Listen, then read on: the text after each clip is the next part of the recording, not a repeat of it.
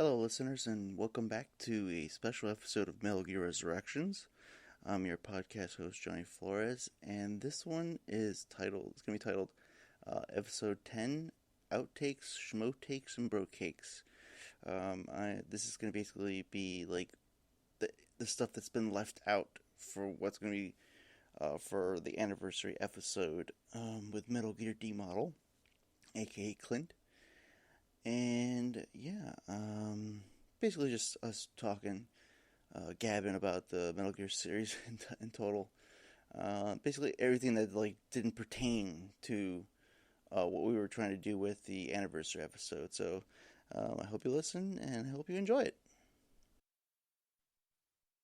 All right, so usually how I do it's like I'll do an intro before, so it just goes right into the conversation. So I don't know if you want me Okay. to introduce you again, Sure. Yeah. twice. I'll be like, all right, so I'm here with Metal Gear Metal Gear D Model. Yeah. Which Metal Gear is D it? model. Metal Gear D Model, aka Clint. Yeah.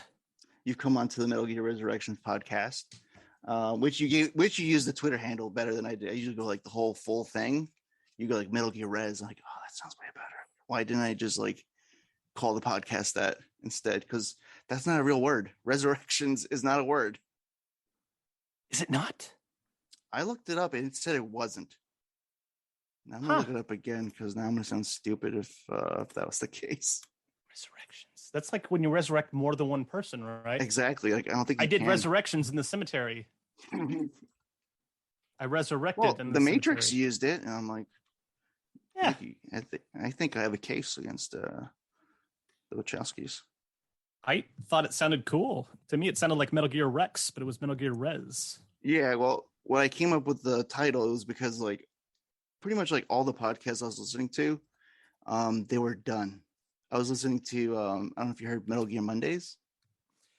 I keep hearing about it, but I haven't listened to that one, and I'm not aware of the Yeah. hosts of it. I don't know if they're in the Twitter community or not. Well, they're the ones I really got to listening to when this whole thing happened with the shutdown, and everybody was told to stay home, especially when I lived in New York, unless you're gonna basically, I think I don't know what they called it anymore, type of staff that was deemed necessary.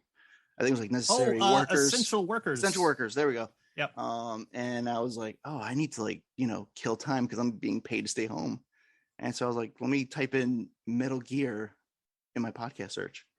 And they're the first ones to come up, and plus the Kojima frequency. But by that time, I think they were ending it, and the Kojima frequency was still continuing. It still is. And from there, I was like, you know what? I want to get my voice out there. Yeah. It's but I'm not a super expert. I'm gonna be I know exactly where item X is and building Y. I am nowhere near like that.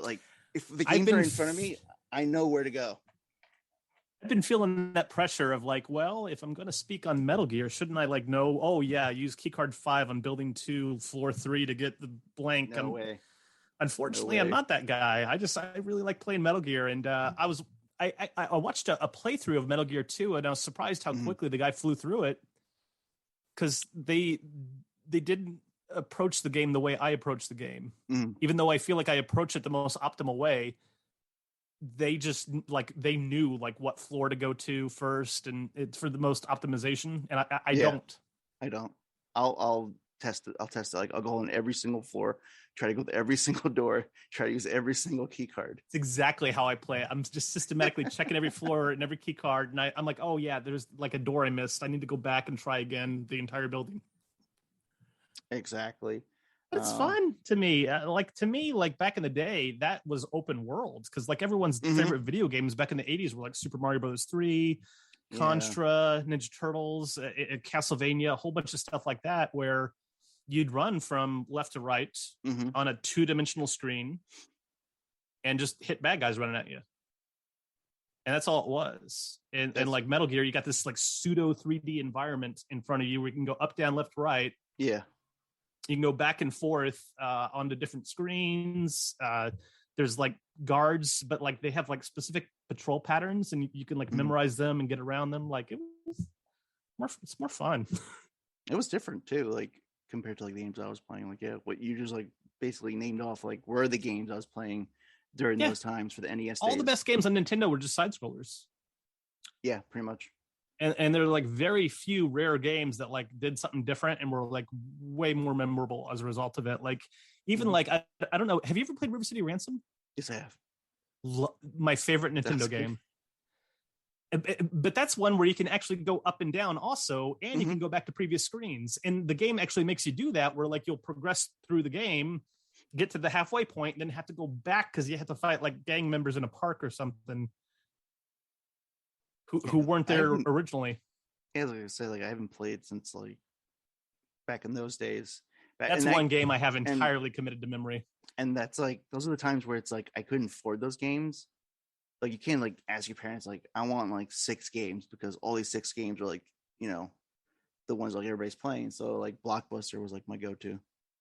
So I had like basically like, took my mom's card and just went to Blockbuster and like rented like at least like 5 games for a weekend.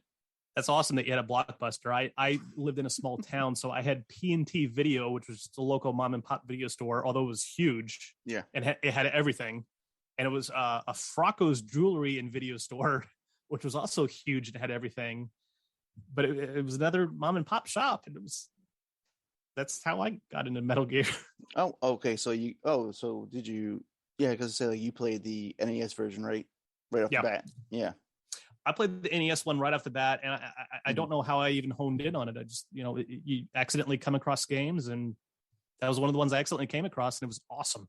Yeah, it's kind of like one of those things where it's like I said, like, you either can afford a stack of games or you go to the rental store and then get a stack of games and just trial and error and see what sticks. And sometimes you just hit that gem. And it's for this series, it's been like Metal Gear, and I was like, for me, it started like in '98. I never got a chance to play the originals. I didn't even know or aware of them. Metal Gear Solid just felt like a whole new start point for people. Even me, who had grown up on Metal Gear and Snake's Revenge, like Metal Gear Solid, when it came out, it was just like, oh my God, like I don't feel like you had to play the old games to get it. But it did, really, yeah, go ahead. It felt like just the whole roster of characters was entirely new. There was, Liquid Snake was brand new, and all of his henchmen were brand new. Ocelot, who turned out to be one of the most important figures in the series retroactively. I mean, he was brand new too. Yeah. I mean, the only returning character that I was aware of was just Gray Fox, and even that's just like, oh, I get it. He's like a snippet. He's someone you have history with. Mm-hmm. And then from that, I was like, who's Gray Fox? From the first game, that was my first game. Metal Gear Solid was my first game, and I was like, who's this guy, Gray Fox? And I was like, what? Who? Because the whole thing was like, when he finally finds out who it is, he's like, Gray Fox. I'm like, who's that? Like, I have no idea what that is. It's like, I know we're supposed to have like some kind of like emotional connection, like through brotherhood there, like being like, soldiers in the battlefield, being foxhounders, which that's another like weird statement from this game, from Metal Gear. Like Solid Snake being called Foxhounder, which I never heard that before. Like I grew up on that term and I loved it. I miss it a little bit because they got away from Foxhound. Like if I was in charge of the series and wrote them and direct them, it all would have been Foxhound versus Outer Heaven, different incidents. Oh, yeah. I would have never thought to like change like the name of the heroic group or change the name of the villain group. It just wouldn't have occurred to me. I mean, like, and then like, no, playing all these like considered like modern games for the Metal Gear Solid series, and then going back to this game, it's like I see like so many like similarities, like so many like bits and pieces that are like taken from here and there and thrown into like throughout the series. And like even if you do like a remake, it's like an easy patch in a story. I think so too. You can have like because in the beginning he's like swimming to the base, right? Which like you can have that in the beginning and say like, oh, in order to get the big bad, he's not on Mother Base. He's like off platform in Africa. Yeah. We just say that because like you do see like you go through a desert and you go through like you go through 3 different buildings. And from that, it's like, yeah, you could change that. You can easily say like you start here and then like say like Solid Snake just hijacks a helicopter to go over to the next base. He absolutely could. I mean, I've been thinking a lot about like if they were to remake Metal Gear, I would do Outer Heaven as like maybe it's what it is. Like I always just assumed Outer Heaven was just the base and only the base. Yeah, but Outer Heaven could be like an entire small nation in Africa. Oh yeah, yeah. And like I swear I read this. As much as I told you to go back and read the instruction manual, I never did. I have it. I pulled it up. Going off memory here, but I could have sworn it says in the instruction manual that Diane, she's like a famous pop star who sings at like a local club in the region, and like she gets information off like Outer Heaven soldiers that come in there. Like, make that part of the game. I would love it if you like very early in the game, Solid Snake has to like, dress like his clubbing, go into the bar and like make contact with Diane, who's like lounge singing on a piano. She's wearing like a blue dress and do some like horrible flirtation because like Solid Snake's like horrible at flirting with women. That'd be so much fun. Series. Like you could just go up to her and be like, I like your butt. I mean your voice, sorry. I have some thoughts on Diane. At my most recent playthrough. Go ahead. I was gonna say like she's a pop punk band. She's a singer in a pop punk band called Thin Wall. Can you imagine Snake walking in there with his mullet and like he has like on like clubbing clothes? I don't know, but maybe just like a white button-up shirt and like I don't know, or maybe he whatever you wear at a club in South Africa, and he goes in there and it's just like laser lights and colored lights flashing and like people dancing and like Snake making his way through the crowd. I have to make contact with Diane. She's a resistance member. You could do like two callbacks, like from how you described the club, Terminator. Yes. And then Solid Snake's like he's not prepared to like go clubbing with his uniform. Just literally size up somebody that equals his like height and weight, or almost like Terminator vision, but Solid Snake vision, and just like incapacitate the person and take his clothes. You can have one of those Indiana Jones moments where like people are dancing and clubbing and like Solid Snake like reaches across the bar table, grabs a dude and pulls him back over the bar. Punches him a few times. Then he stands up. He's just like wearing his clothes. Pop a cigarette in. Let's go. That'd be so funny. But yeah, I could say like that's like how it first starts. Like for this game, it's like which I'm like thankful like I'm starting this with you because I don't think I would have actually gone through and played these games. It's fun.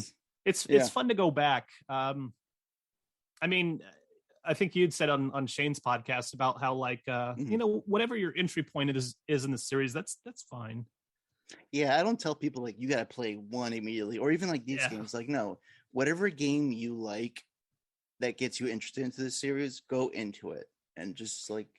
I've been listening to a lot of people's stories on these podcasts now where they're like, I was a kid when Metal Gear Solid 5 came out and I played it and loved it. And I went back and played Metal Gear Solid 1 and it's like, I guess some people aren't approaching 40. And that's perfectly fine. Oh, geez. Because like, this is going to be 35th anniversary. Yeah. For this game. And I'm going to actually look up like what I was going to say, like, did you look up like, what is the anniversary for 35? Oh, yeah. July 13th. Oh, no, like gift wise, like if this is like a married couple. Oh, like what you would get for someone on their 35th anniversary? It says Coral. Coral? Yeah, because you know what? I don't know anybody that's been married for like 35 years. Just my parents. They celebrated their 40th or 45th recently. If I do, it's like I've probably forgotten.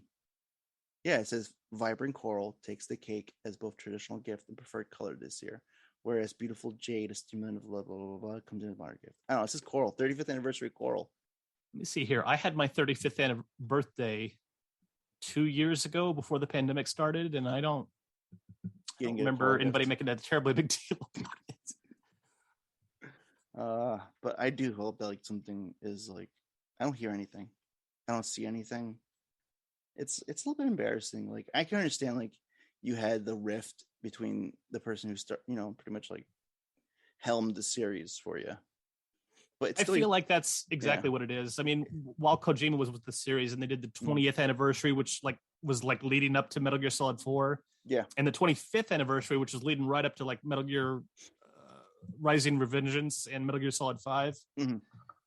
Konami was more than happy to bring out all the veterans of the series and talk about the MSX days and bring out all the artifacts, like Metal Gear concept models from the series and like put them in display cases. They were very proud of the history and the lineage of all of it, and the fact that like it had been under the same control for like 25 years, and now that there's that rift, I don't think Konami is really going to be celebrating the history of Metal Gear anymore. I think what they're going to be looking to is merchandising the items people know and planning what to do with future AAA Metal Gear games. Yeah, so it's like the merchandise. Merchandise is not even that great either. Not anymore. No. I used to think the Metal Gear series was like high quality merchandise, like. Oh yeah, from like the past, yeah. You go into GameStop and they have like cheap plastic Mario figures or mushrooms or whatever, or Legend of Zelda, like crappy little figures. The Metal Gear series, I mean, it had these awesome collectibles, these really cool posable figures and model kits, and it was always like high quality merchandise for like a really high quality game series. Oh yeah, like that's what I started with the action figures, was the McFarlane figures. For like one. I wish I'd done that. The games came out and all the merchandise came out too, and it was affordable. Yeah. But I was always like, I don't need that stuff.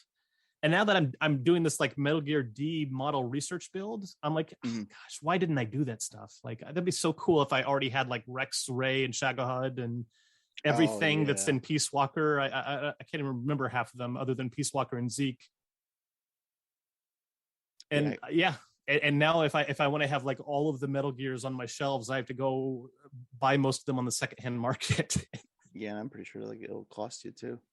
Yeah. Yeah. Or I'll just wait until they do like a new HD collection, and suddenly some modeling companies like, hey, we should do Rex again, or we should do Shagahud. Yeah, they didn't even do like did they do from 5? Or other people call it V. Yeah, they did do from 5. Every once in a while, I'll run across like a model kit of that ST-84, but oh yeah, you don't say Sahelanthropus. It's too much of a mouth. Sahelanthropus. It's Skullface is embedded in my head. The way he speaks, the way he pronunciates Sahelanthropus. He's like Sahelanthropus. Sahelanthropus.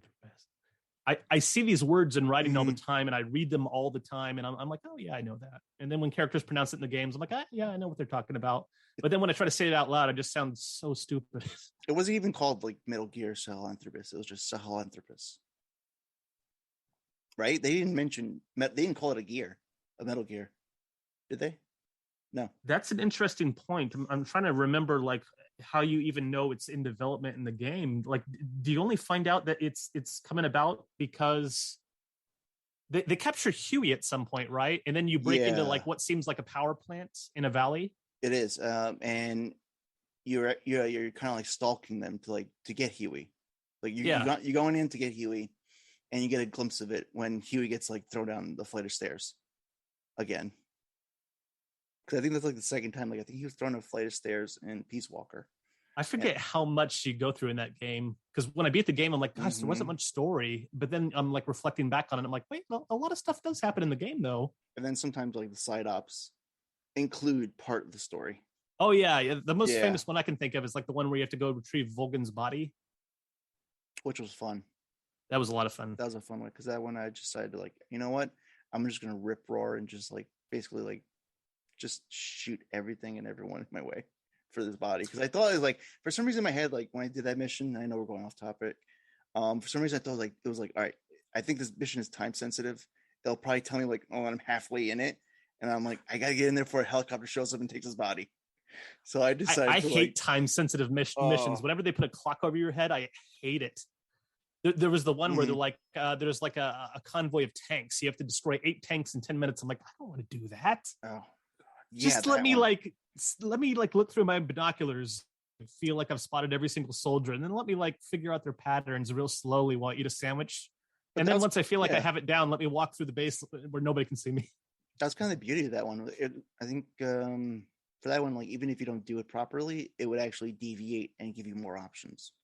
Yeah, to continue that mission. So I actually enjoyed that. But yeah, the time sensitive stuff. Oh, like from 1 when you're like you've defeated like Liquid, and you're like, all right, you get the hell out of there, and you have to go through the tunnel, and they're like, oh, here's a timer. I'm like, why? It's I like, I'm hate already timers. pressured enough. It's like I need to. My least favorite part in Metal Gear Solid 2 is when the bombs are going to go off and there's a timer, and I'm like, oh no. I don't like this type of thing. Just let me sneak around. Yeah. I don't know. Just let me sneak around. Why? Yeah, I know. Like the even if you go to like the first one, it lets you sneak around a lot. Like basically to get to know the new controls, new like your new surroundings and everything. That's what I love the most. My ideal Metal Gear Solid 6 is one where you can sneak around so much that you can just completely skip over boss fights. And then that's why like what a lot of people said to you like online was like that's Ground Zeroes. Oh yeah. That's why Ground Zeroes is probably my favorite. Because there's no time, there's no boss, there's just like you can just sneak around Omega Camp all you want. Tag them. Basically, like I was doing tagging and bagging and tagging, but reverse, like tagging and bagging the soldiers. I was like, well, I'm Big Boss. I'm in Cuba. What's the worst that could happen? It's like I'm gonna like wreck this like base here. That's a really interesting thing to think about, is that in Metal Gear Solid 3, like you are an American soldier, you're going on a mission against Russia. Yeah. The Cold War and these I can't remember what they used to call America and Russia during the Cold War. What were they called? They were the superpowers. Oh yeah. And you go through the game and it's transformative for Naked Snake. Where like at the end of it, he's getting like pinned with awards, but you can tell he doesn't want to be there anymore. Yeah. And then in Peace Walker, like you're just like a mercenary, like a gun for hire, like fighting in like Central America countries. Is this kind of like Metal Gear situations going on? And then by the time you get to Ground Zero, Metal Gear Solid 5, like you are leading an incursion against an American base with American soldiers. Yeah, it's like you've completely switched your allegiance and perspective. Yeah, it shows the sliding, basically the slide down, like to what the big boss that we hear, like because we never see him in action, we just hear about him. And then by 4, I think it's like the legend is like so massive, where it's like he is like this living legend mercenary who had like basically legions of armies, his own nations. And basically he was his own superpower, and just like the world is just afraid of him and what he can do. Yeah. And that was the one thing I think helped that retcon that Venom Snake and Big Boss are two different people. Because I was like, well, gosh, like it makes sense. He created a nation in Africa and it was defeated in 1995. And then by 1999, he has another nation established. That's too quick. 4 years.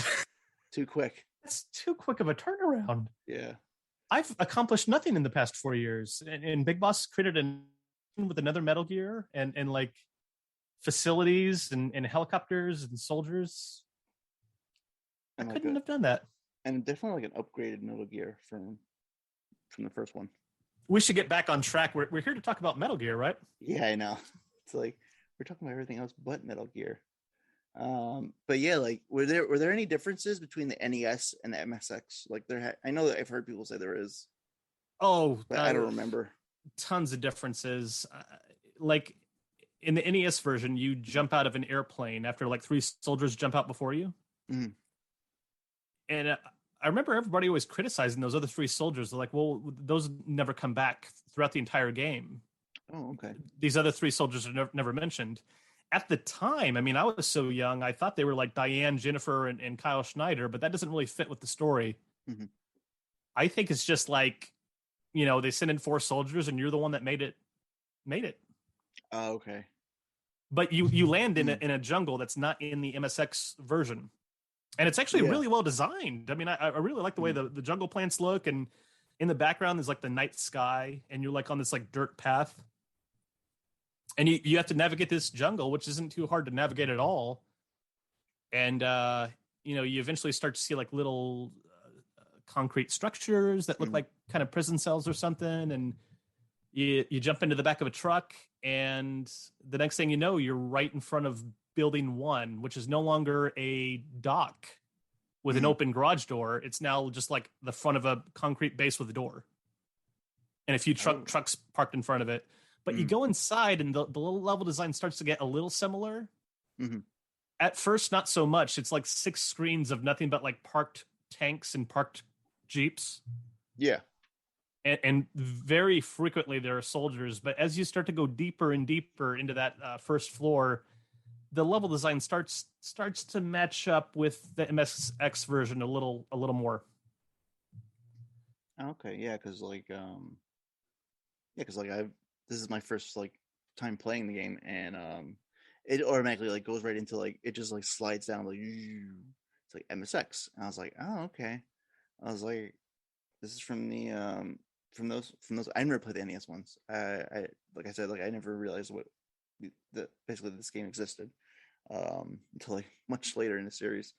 But for this game, it's like it's a breath of fresh air compared to the other games. Because like I'm so used to like going back to those graphics. I've lived those graphics, and plus a lot of these games, like indie games, are coming out now are like basically like are like homages to those days. Like I'm seeing like a lot of like 8-bit, what looks like 8-bit games, but like they're even more detailed. Well, sure. I mean, they probably have like 4K resolution, or at least they're HD, but like they're making it to look retro. They're obsessed with making games that look like Metal Gear or look like Final Fantasy VI, where it's like we're nostalgic for those kind of graphics. And I mean, maybe it's just me. I feel like the graphics in Metal Gear still hold up, even though they're 8-bit. I mean, there's like these like green or blue tile or brown tile floors, and there's like concrete walls with cracks in them, and you know the tanks and the crates throughout the levels, and the way the levels are designed, and the elevators, the way they open, like, and specifically like the Solid Snake sprite. I mean, to me, that just looks like a piece of art. Yeah, because I could kind of like see like his uniform, like especially when you go from front to his back. Yeah, it looks like the soldier that's kind of hunched over, and as he walks, his shoulders are like moving. And even in Metal Gear 2 Solid Snake, which we're going to play next, I don't think the Solid Snake design looks as good. It's like drawn too well. He's got these brown boots, green pants, this green shirt on. He's got a head with a bandana, and he just looks too good. And in the original Metal Gear game, he looked like this cluster of pixels where when you look at it, it just, your imagination goes wild. I was going to ask you a question. Like, going throughout the whole game, I've noticed like the soldiers, like the regular soldiers, like I'm not going to go into like the other like ones like from like the rooftop. I've noticed like between the buildings, like their uniforms will be different color, almost like color coordinated to the floor. Something like this. That building. I didn't even think about that. I was thinking about like the outfits they're wearing, because when you first start the game, they're all wearing kind of brown, and it's like, okay, that must be the uniform of Outer Heaven. But then you're seeing soldiers that have like red or blue or green, and I was trying to figure out what does that mean? Like, are they stronger? Do they have more health? Does it mean? Like, I noticed. I think the ones that were wearing like specifically green uniforms, they were just stationary, where they wouldn't patrol or walk. I think they were just like changing directions that they faced. Yeah, because like they would kind of like go like only 2 spots. And I noticed like the blue ones go like almost like in 3 different spots to go look. Yeah, they won't go full 360, but they'll go like from they'll turn and then turn again. Like you get the impression that Kojima's going for something there, where it's like, okay, the green ones are almost like tough SWAT guys or something. You get the impression that the change in uniform means something, but there's some kind of significance to it. And I'm sure there's probably somebody out there on some other podcast going, oh yeah, the red ones have like more health and you have to shoot them twice. Well, though I'm pretty sure one shot will kill any soldier in the game. It does actually. It does. So I'm not sure exactly what it is. I don't know if they have like a slightly different weapon that shoots farther. I'm not sure. Or they move faster, maybe. I'm not sure.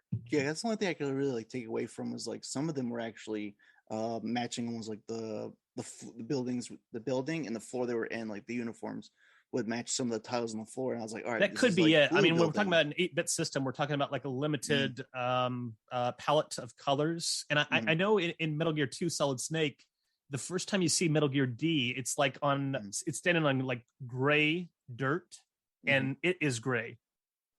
Oh, okay. And then when you fight it in the finale, you're standing in a green room, and it is green. Oh, okay. That might be So you like, might be right that it's like literally like Yeah. whatever color palette they need for that screen, they're just changing the enemy uniforms to be that part of that color palette. Gotcha. Like I'm here like probably like looking into like deep diving into like the Yeah, uniforms. Like I'm trying to figure it out in my head, and uniform. I couldn't quite figure it out. It's real cool. It just seems like real cool world building. It doesn't seem completely random. Yeah, no, because like even it's like because it's like these are like 8-bit graphics. Like this world is like it's still pretty vibrant. There's a lot of colors. There's a lot of features. There's a lot of vehicles, different enemies, based on uniforms, and even like attack dogs, which I've never like come across games back then. Which was a whole big fun for that during that maze. The attack dogs, and they follow you, which I didn't know that would happen. They would follow you throughout the whole maze. I'm just it's kind of scary. It is because I'm running around, and then all of a sudden, like, as I leave the screen, the dog would like blip next to it, and he's like, "Oh crap, I'm being followed right now." And at one point, I was actually cornered with 2 dogs coming at me from both directions, like one from like south, one from north, and I was like, "Oh shit!" I was like, "That's when you pull out the Uzi and just go to town." Well, luckily I had like I had a silencer, and that's another thing I noticed. Like when you finally get the silencer, your machine gun on the machine, your pistol like does not sound as loud. That's right. And it doesn't alert guards on the screen. If you shoot your gun without the silencer, it alerts all the guards on the screen immediately. And when you have the silencer, that doesn't happen. Yeah, because I was like, for this game, I was like, I was basically playing with headphones on my computer. Because I was kind of like doing like back and forth. I was doing a computer and my PS3, and I was like, all right, I'm more comfortable in the computer, and I could put in headphones and not bother anybody in the house while I'm playing this game like in the middle of the night while everybody's like sleeping. And from there, I was like, oh wow, it's like I can hear the gunfire. Like, oh, that's pretty cool. And then when I finally get the silencer, I was like, oh yes. And then I was like, how do I attach it? I thought for the longest time I had to attach it. Oh no, it's just it's just automatic. It starts working. And then like doesn't matter the weapon you pull out. I think if you pull out the Uzi or the pistol, it's just silenced all this. And that's another thing like I kind of miss like with these digital games. There's no instruction manual you can have like right in front of you that you can like read to yourself. Back in the instruction manual days, we'd do things like scribble down like what frequency Big Boss was, or Diane, Jennifer, or Kyle, and I kind of miss that a little bit. I'm back when like they would give you an actual instruction manual that didn't have like just one page that says like like has usually like, the back page or two would just stuff. say notes, and it would be a completely empty page where you could like scribble down things you needed to know. Oh god, I miss those days. That's another thing that's another difference from the NES. You mentioned the mazes, which were in the basements of each level or building. In the NES version, they take those basements and just make those buildings 4 and 5. Oh, okay, all right. So there's like more buildings for the NES version. Yeah, that's right, but it's just like the basement as a building. Gotcha. And the thing that's a living nightmare is they do that. Do you remember in Legend of Zelda that there was like very early in Legend of Zelda, you enter the woods and there's like a path you have to follow to proceed to the next area? Yeah. That the woods will keep repeating itself over and over and over again until you do the path properly. Mm-hmm. Metal Gear does that on the Nintendo, but it's a living nightmare. Oh my god. Because instead of just like one path at the top of the screen, one path at the bottom, and one path on the left and right, on Metal Gear, there's 2 paths on the top of the screen, 2 paths on the bottom, and 1 path on the left and right. And it turns out that could equal like 100,000 different combinations. And you literally can't figure it out unless you've read like the issue of Nintendo Power that tells you how to navigate. Well, that's another thing. Yeah. You used to have to get like the magazine. Yeah, because they had their own like strategy like tips and guide for the the games like came out. I guess my brother had it memorized. I did not. So every time I made it to that jungle maze, I'd kind of hand the controller to my brother and go, here, can you help me get to the prison area real quick? Yeah, I was gonna say like I had that same thing with like I'm the older brother, but I had the same thing with my cousin who was like 3 years older than me. So we would be playing the NES games like constantly. Like every weekend, he would come over and we just like go through like all these games. And then when it got really difficult and I couldn't do it, I would just hand it off to him. Like, here, can you do this for me? It's like I can't comprehend this. It was messed up. Like some of those games, as good as they were, like they were designed to sell like issues of Nintendo Power. Castlevania 2, Simon's Quest, like you have to like kneel in front of a dead end with a red crystal so that a tornado comes and takes you to another area. And you would never know to do that because the game never tells you to do that. Oh. The only way you would know to do that is if you bought the Nintendo Power that told you what to do. And there was also that hotline. Well, yeah, there was the hotline, but like, but you had to like call and like it was a 1-800 number, and back then, if you called a 1-800 number, you were in trouble because the phone bill would suddenly be like $7 higher. Yeah, and your parents would be like, $7 on the phone bill? Do you realize that's 8 gallons of gas? I was doing that. I was calling them with the game and telling them, like, I can't get through it. And they're like, I never had the guts. Like this was before the internet. So like, yeah, you relied on those conversations on the school bus of, do you know how to get past the jungle in Metal Gear? Yep. That was your only source of information, was that someone else had told other people through the generations. And hopefully someone on your bus route knew how to do it. Usually they didn't. I was going to say, like, I didn't have anybody to talk to Metal Gear. Yeah, me neither. That's part of the reason why I'm here. I'm just begging people, hey, can I be on the podcast? I really want to talk to somebody about Metal Gear. Well, you're making your rounds. Yeah, it's been fun. It's addicting. When I run out of stuff to talk about, I'm going to be real sad because what else is there? I don't feel like anybody will have me on their podcast anymore. Oh, I'm pretty sure there's always stuff to talk about with this series. Yeah. It's like, great stuff. I mean, like for me, like I know all the games, I know all the stories, I know all the characters now. Like there's not much mystique left, unfortunately. I know, and that's why I'll go like long periods of time before I play the games again, because the only mystique that's left is kind of forgetting about the game a little bit and then replaying it and going, oh yeah, that's right, you can kill the end. I remember that when he's on the pier before you fight him. But watch out for his tire. For the tire on his wheelchair, hits you right in the face. I discovered that, and I told my friend about it, and he said, "You're lying. I don't believe that that's true." And I brought him over to my house to show him, and I couldn't pull it off a second time. Oh yeah, I kept hitting him with a sniper rifle over and over and over again, but he'd like wheel into the building too quickly, and I'm like, it can be done. I did it on the first try. I'm telling you, this is real. It's not a fever dream. And he thought I was a big liar. Well, I was gonna say, to deviate, like I was really bad at that battle where it took me like, I played it and then stopped playing for like 2 weeks, came back to it, and he died. That's fantastic. That's a great story. Because he frustrated me so much. It was like, he killed me like, well, he didn't kill you. He like knocks you out and then you end up. Yeah, he knocks you out and like carries you to a prison. Because that's the thing. Like when I played the battle, I'm like, oh, this is going to be cool. I know what Kojima's trying to convey here.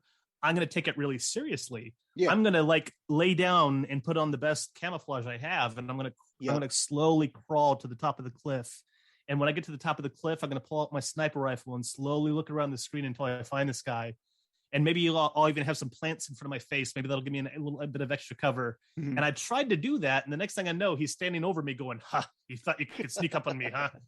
And he just tranquilizes you and carries you away. And I'm like, that sucks. For a character who's like such an old character, like he's an old man, like beyond, like I think he's like 100 plus. He was like at a time the scariest boss I came across during that time when Metal Gear Solid 3 came out.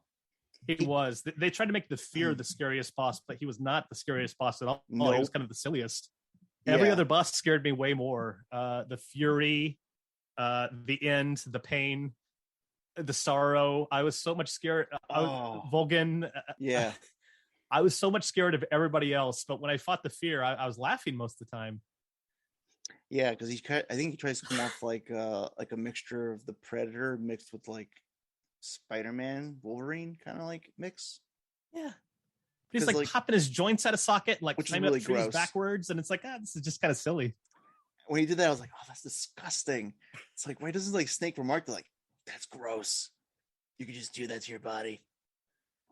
It's like, oh my god. But it's funny.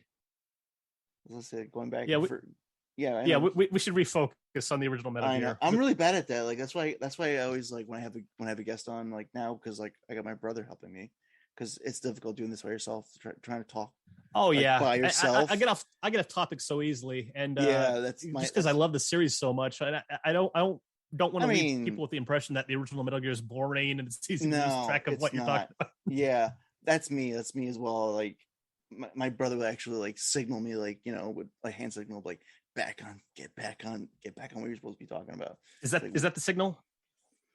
It's like this like hey Okay, do that. okay, I'll try to motion to you if we get off topic. But like for Metal Gear, like I didn't realize like you can actually like almost like pretty much like be like face to face with the guards at their blind spots. Yeah, I didn't realize about blind that's spots.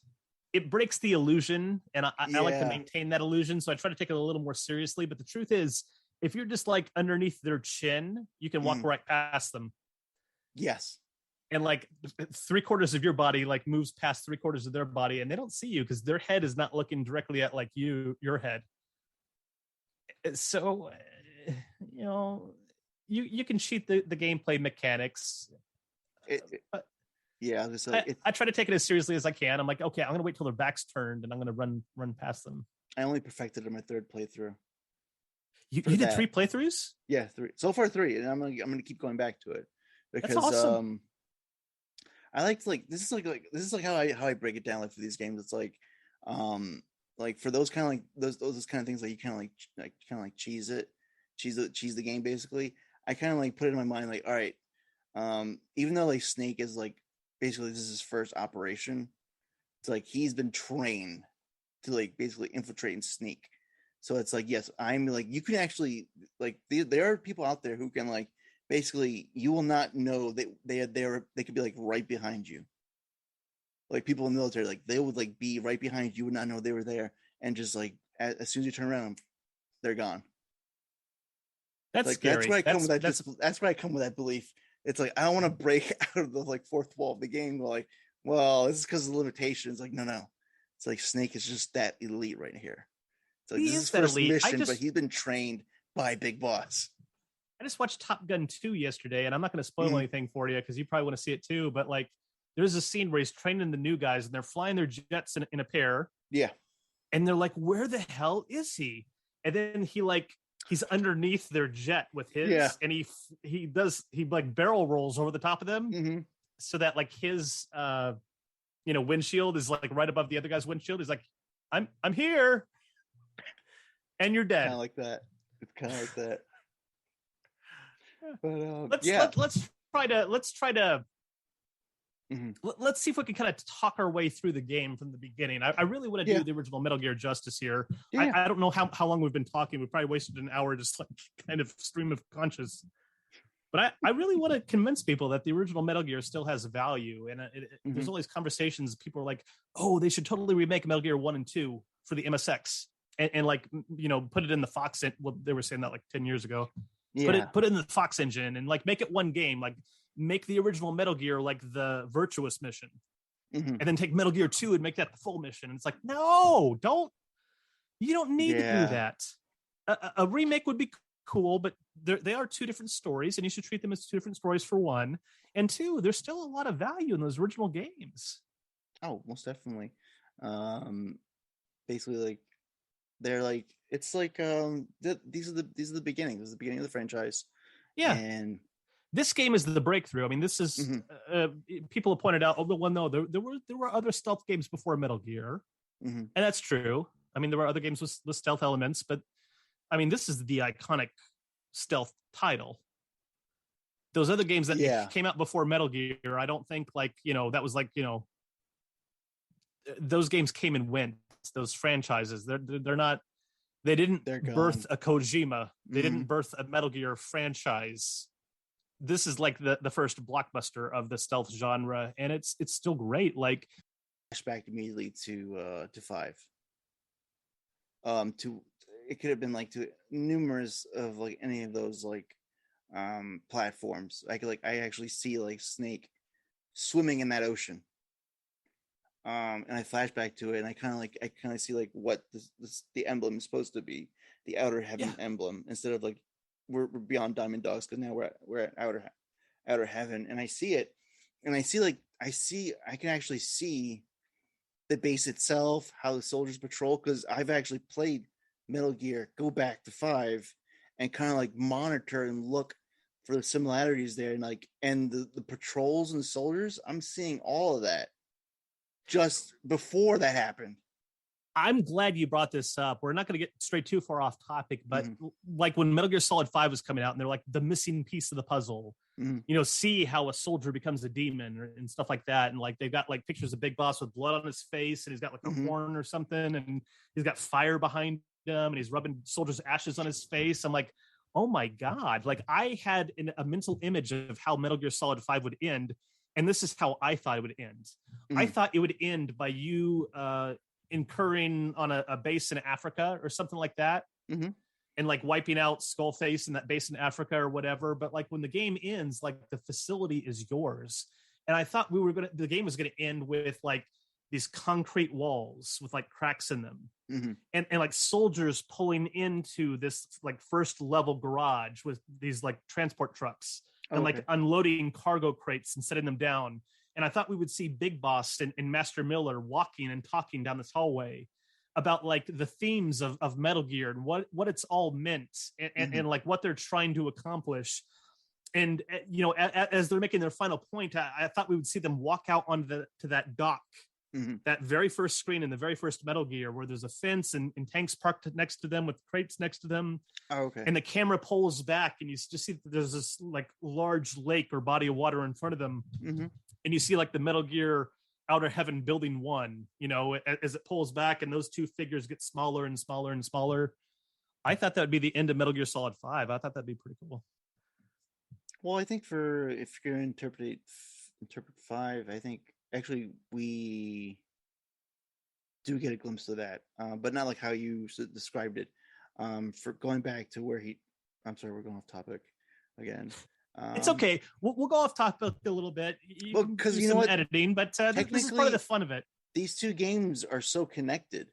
Like I don't think people are even like either choose to see it or maybe they don't know it. Because at the end of 5, when it's kind of like Venom is breaking down those mental barriers they put up for him to like remember who he was, or who he's supposed to be. He's remembering who he was before all this, and we get the tape where it's Big Boss and he's reassuring him like, you remember who you are, but now we are the same person. During that time, you can see like in that room just like the strew of like basically like weaponry, the rocket launchers, got like racks of bullets, guns, and there's crates with bullets sitting on top of them, and it's where it comes to like playing with headphones all the time. I can actually hear gunshots and an alarm going off when he's in that room. So when he smashes that mirror and he's leaving, it's Outer Heaven. The logo is Outer Heaven. It's no longer Diamond Dogs. We've traveled through time, and I think we're led to believe is that when he leaves that room, it's Solid Snake outside of that room that he's going to confront. I kind of wish like they would have like shown like your interpretation would actually been pretty good. Like going like, haha. It's like to be continued. How?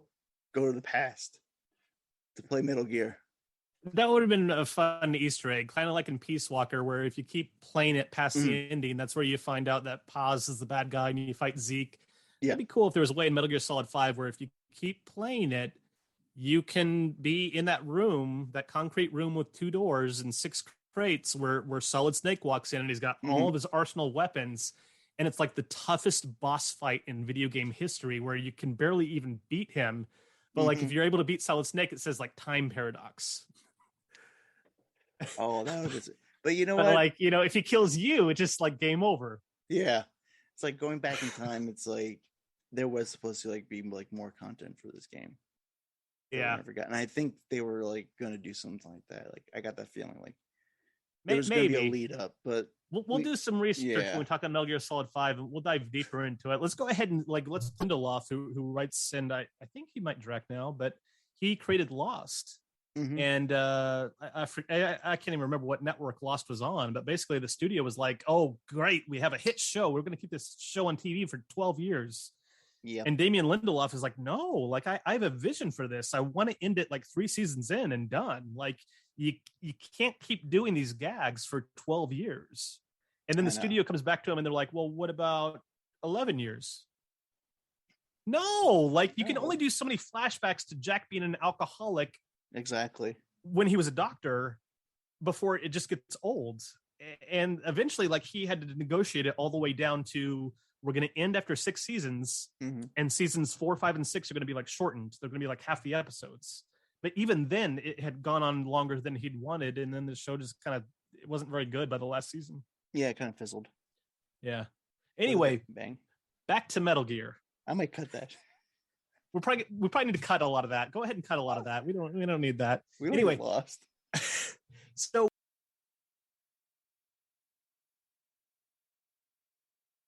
someone in these writers' rooms play the games, because this is not the only movie to do that. There's no way that somebody involved in Top Gun 2 hadn't played a Metal Gear Solid game where you fight a Hind D. Exactly. I'm willing to bet good money that that's exactly what happened. Even going to the last Bond film, and the supposed Fox Die. Is it Fox Die? I haven't seen the new Fox Die. I'm a huge James Bond fan. I've seen the first 4 Daniel Craig movies, but I haven't seen No Time to Die. But I've been led to believe that there's a lot of Metal Gear Solid in there, which is perfect because you know what, Metal Gear Solid references James Bond. Oh, sure. Hang on just a second. Yep. Here we go. Oh my god. Is that the watch? That's the watch. I saw it on your post. Yeah, so I think Roger Moore and Octopussy wore that watch. Yes, it's the Octopussy watch. And then they designed one very similar to it and put it in the Phantom Pain, and I had to get one for myself. Anyway, so you fight a Hind. Yes. Rambo That's where he gets 2, the bandana. He doesn't have a bandana the entire movie. Mm-hmm. And then when his female contact, which he's kind of fallen in love with, and he's like, I'll take you back to America. You know, that's my Stallone impression. I'll take you back to America after this mission. And then like right after they're talking about their future, she's like, oh, Rambo, I left my gun over there on the rocks that we were talking at, where we professed our love for each other.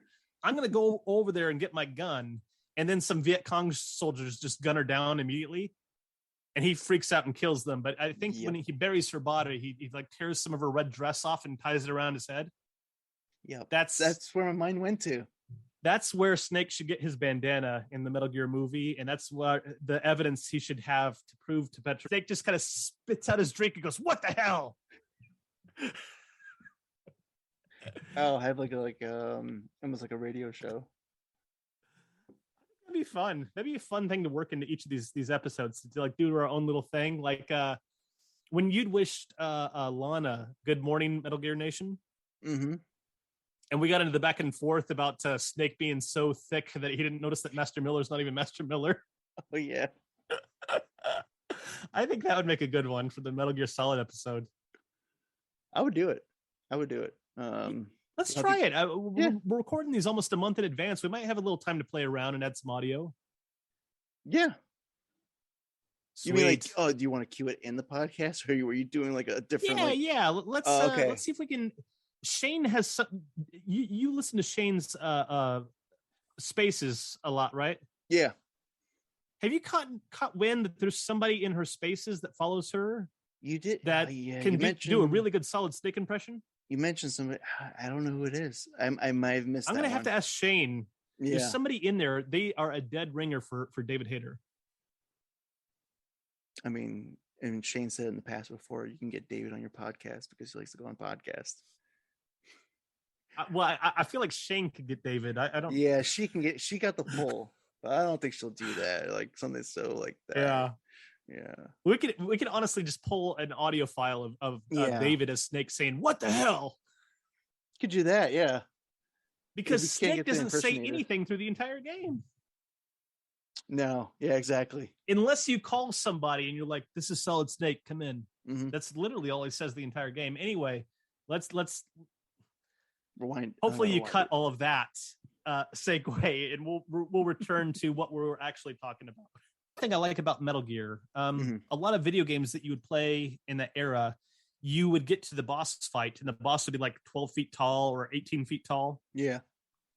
And you're just a normal height dude who's 6 feet tall, and you'd fight this guy like in Contra. Mm-hmm.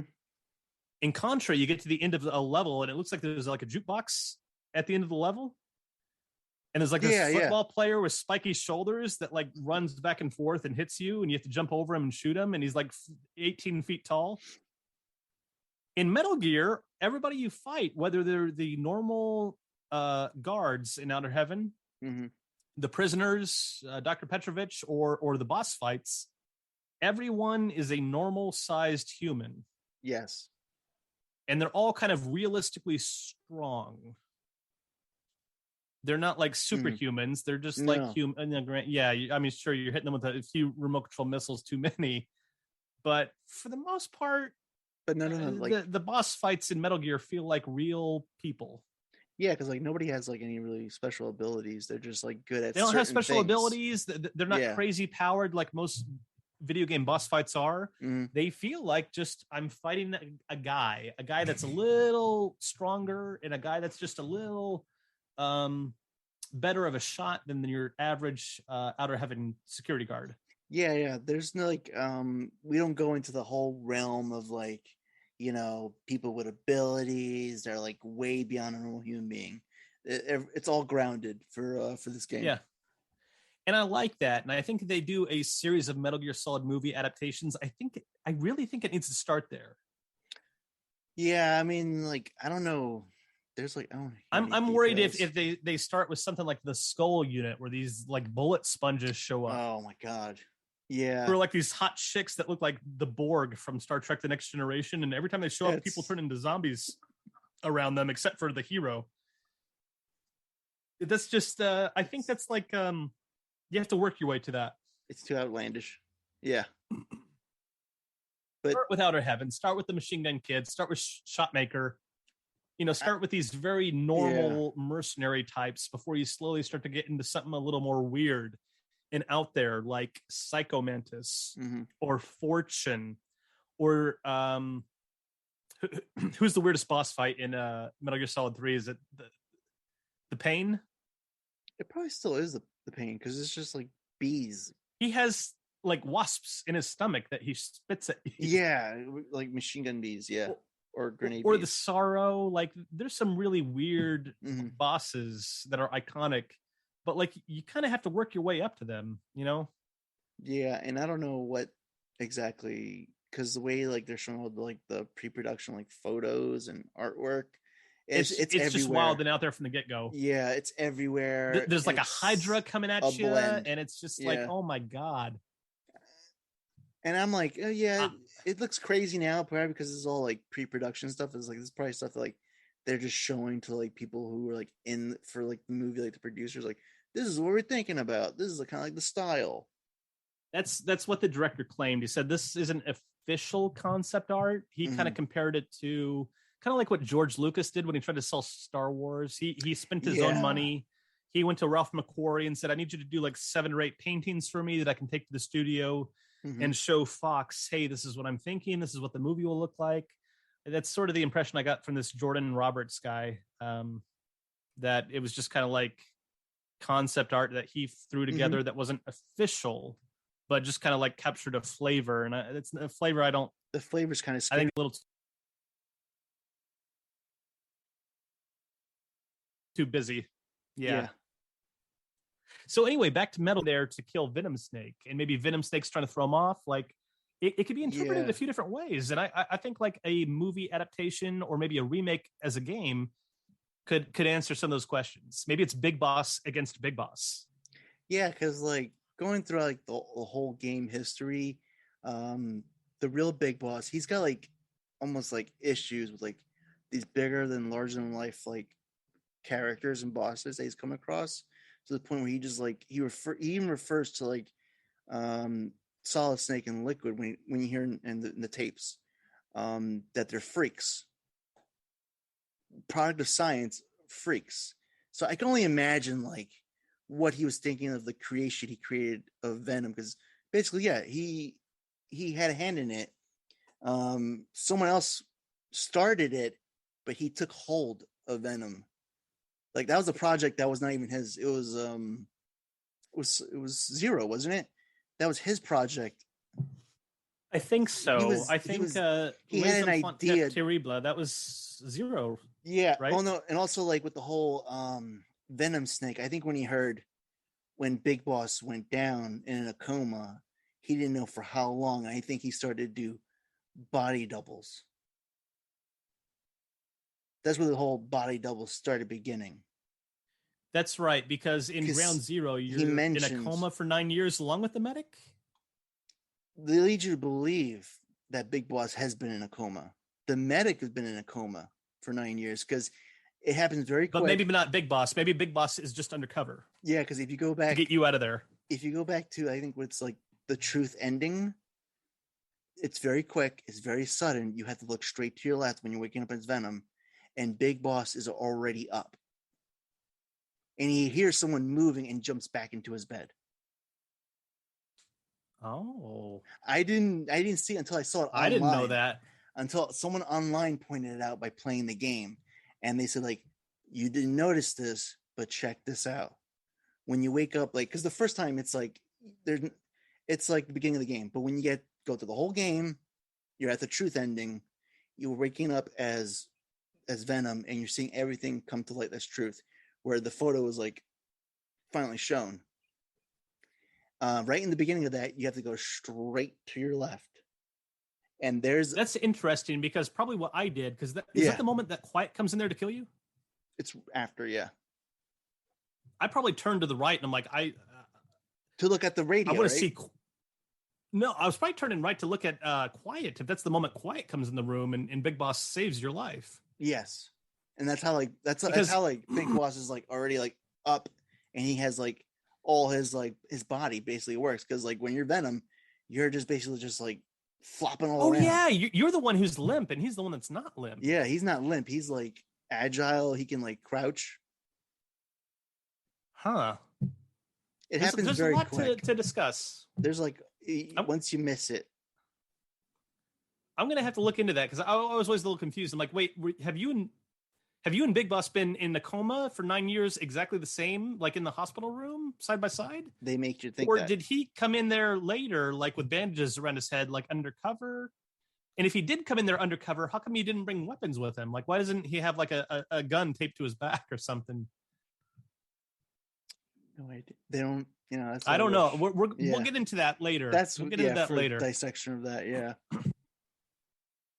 It's a fun game. I love the flavor of it, and that's something that maybe we haven't talked about enough. Is that the flavor of the game? Like the title font to Metal Gear is the font from Escape from New York. Oh, you're right. I didn't even think about that. Yeah, the title screen to Metal Gear, the font is the Escape from New York font. It's identical, and just the fact that you're playing a character called Snake and you're going on a mission. I mean, there's a lot of stuff in there that's pulled from Escape from New York, and not just Escape from New York, but other things. Bruce Lee was in a movie, and I think the translation to one of the Bruce Lee movies is The Big Boss. Yes, it is. Yeah. And that's where I think the name Big Boss came from. And there's a whole bunch of elements like that have been like plucked from different sources and kind of dropped into the game. And even in the game, you'll find things happening in the game that would become part of pop culture later on. Like I talked about on Shane's podcast about how Metal Gear 2 took influence from Die Hard. Yeah. And I talked about, well, it's set on Christmas Eve, and there's a girl named Holly, and there's a scene where you run up a staircase, and there's a scene where you jump off a rooftop, like you're in Die Hard. You jump off a rooftop in an unusual way.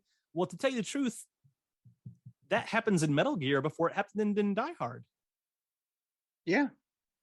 In Metal Gear, you jump off a roof and you use a parachute to live. And that's when I told you, like, oh, maybe he should repel. And the next thing was like, Yeah. maybe he should look for like that fire hose and like wrap it around himself. Yeah. And then in Die Hard, the very next year, Bruce Willis ties a fire hose around his waist and jumps off a rooftop. And then in Metal Gear 2, you jump off a rooftop with a glider. And then in Metal Gear Solid, you jump off the rooftop with a rope. And it's like, Kojima's putting a lot of stuff in video games that we hadn't even seen in movies yet. I think in like Rambo 3, I think Rambo goes up against a Hind D helicopter. Yes, he does. I think there's also a Hind D helicopter in Rambo 2. I'm probably going down a rabbit hole that's wrong. But no, I don't know. Whenever I see a Hind D helicopter now, I can't help but think about Metal Gear. Oh yeah. No matter like where you're at. Yeah. What are you watching? I think he pulled the Hind D helicopter from Rambo 2, which was 85, and he plopped it in Metal Gear in 87. But like I said, in the new Top Gun 2, there's a Hind D helicopter against a person on foot. And I was like, holy shit, like this makes me think of Metal Gear. It's now in my head, a Hind D? What's a Russian gunship doing here? Like it's so synonymous with Metal Gear now that I think Metal Gear invented the trope, even though I know they've been around and they've appeared in movies before Metal Gear 1, but I don't know. There's a lot of stuff in there I love. Just the idea that you're a one-man army. You're like John Rambo from First Blood, or you're like John Matrix in Commando, or you're like John McClane in Die Hard. Any of the great John characters from history, really. Because there's a pattern there. It's all Johns. They're all Johns. Even Big Boss is John. And I think Keanu Reeves has a John character, right? John Wick. Yeah, John Wick. Yeah. And all the Johns. Arnold in Kindergarten Cop is John Kimball. Yes. I don't know why, but John seems to be the manliest name ever conceived. I don't know why. All I know is like every action hero has played a John. That's why I'm not a John. I'm a Johnny. I will not survive. I like Johnny even better. Do you watch Cobra Kai? Yes, I do. I love Cobra Kai, and I love that they kind of took Johnny and like elevated him to co-star or co-lead with Daniel LaRusso. That's my favorite thing. Those movies. I grew up in that. I love them. All three of them. I watched them all the time before Cobra Kai was even on the radar. And when it came out, I was pleasantly surprised at how good of a belated sequel series it was. Oh, yeah. Yeah. I was like, I'm going to watch it. It'll be a fun lark, even though the trailers looked really good, actually. And I watched it, and it's probably the best belated sequel out there, right up there with Top Gun 2 and Creed 1 and 2. Oh, yeah. Oh, my God. And to get ready for this episode, I just put on my headphones all day today and just started listening to 80s music. And I was thinking to myself, like, oh, this song, if you do this game now, this song would be great for this battle or that battle. Or like you got like That's montages, so cool. Like Solid Snake. That's what training. I do when I play Metal Gear now. I mean, because you read the story and you don't listen to voices. I mean, I'm listening to my Walkman. Yeah. Actually, it's not a Walkman; it's a Toshiba. But people don't know Toshiba; they know Walkman. Yeah. I'm listening to my Toshiba portable radio, and I got I don't have it on right now, but I've got my Venom Snake watch on, and I'm adding a little more to the experience. It's kind of fun to listen to music on your iPhone with earbuds in.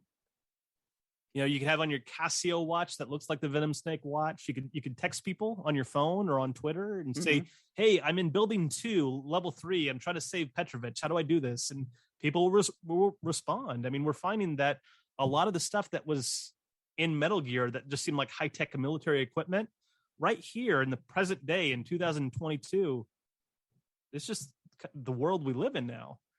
We live in a world of computers and advanced technology and portable communication devices that you take on a mission with you. That kind of stuff was all fantasy. Well, military hardware in Metal Gear in the 80s. Yeah.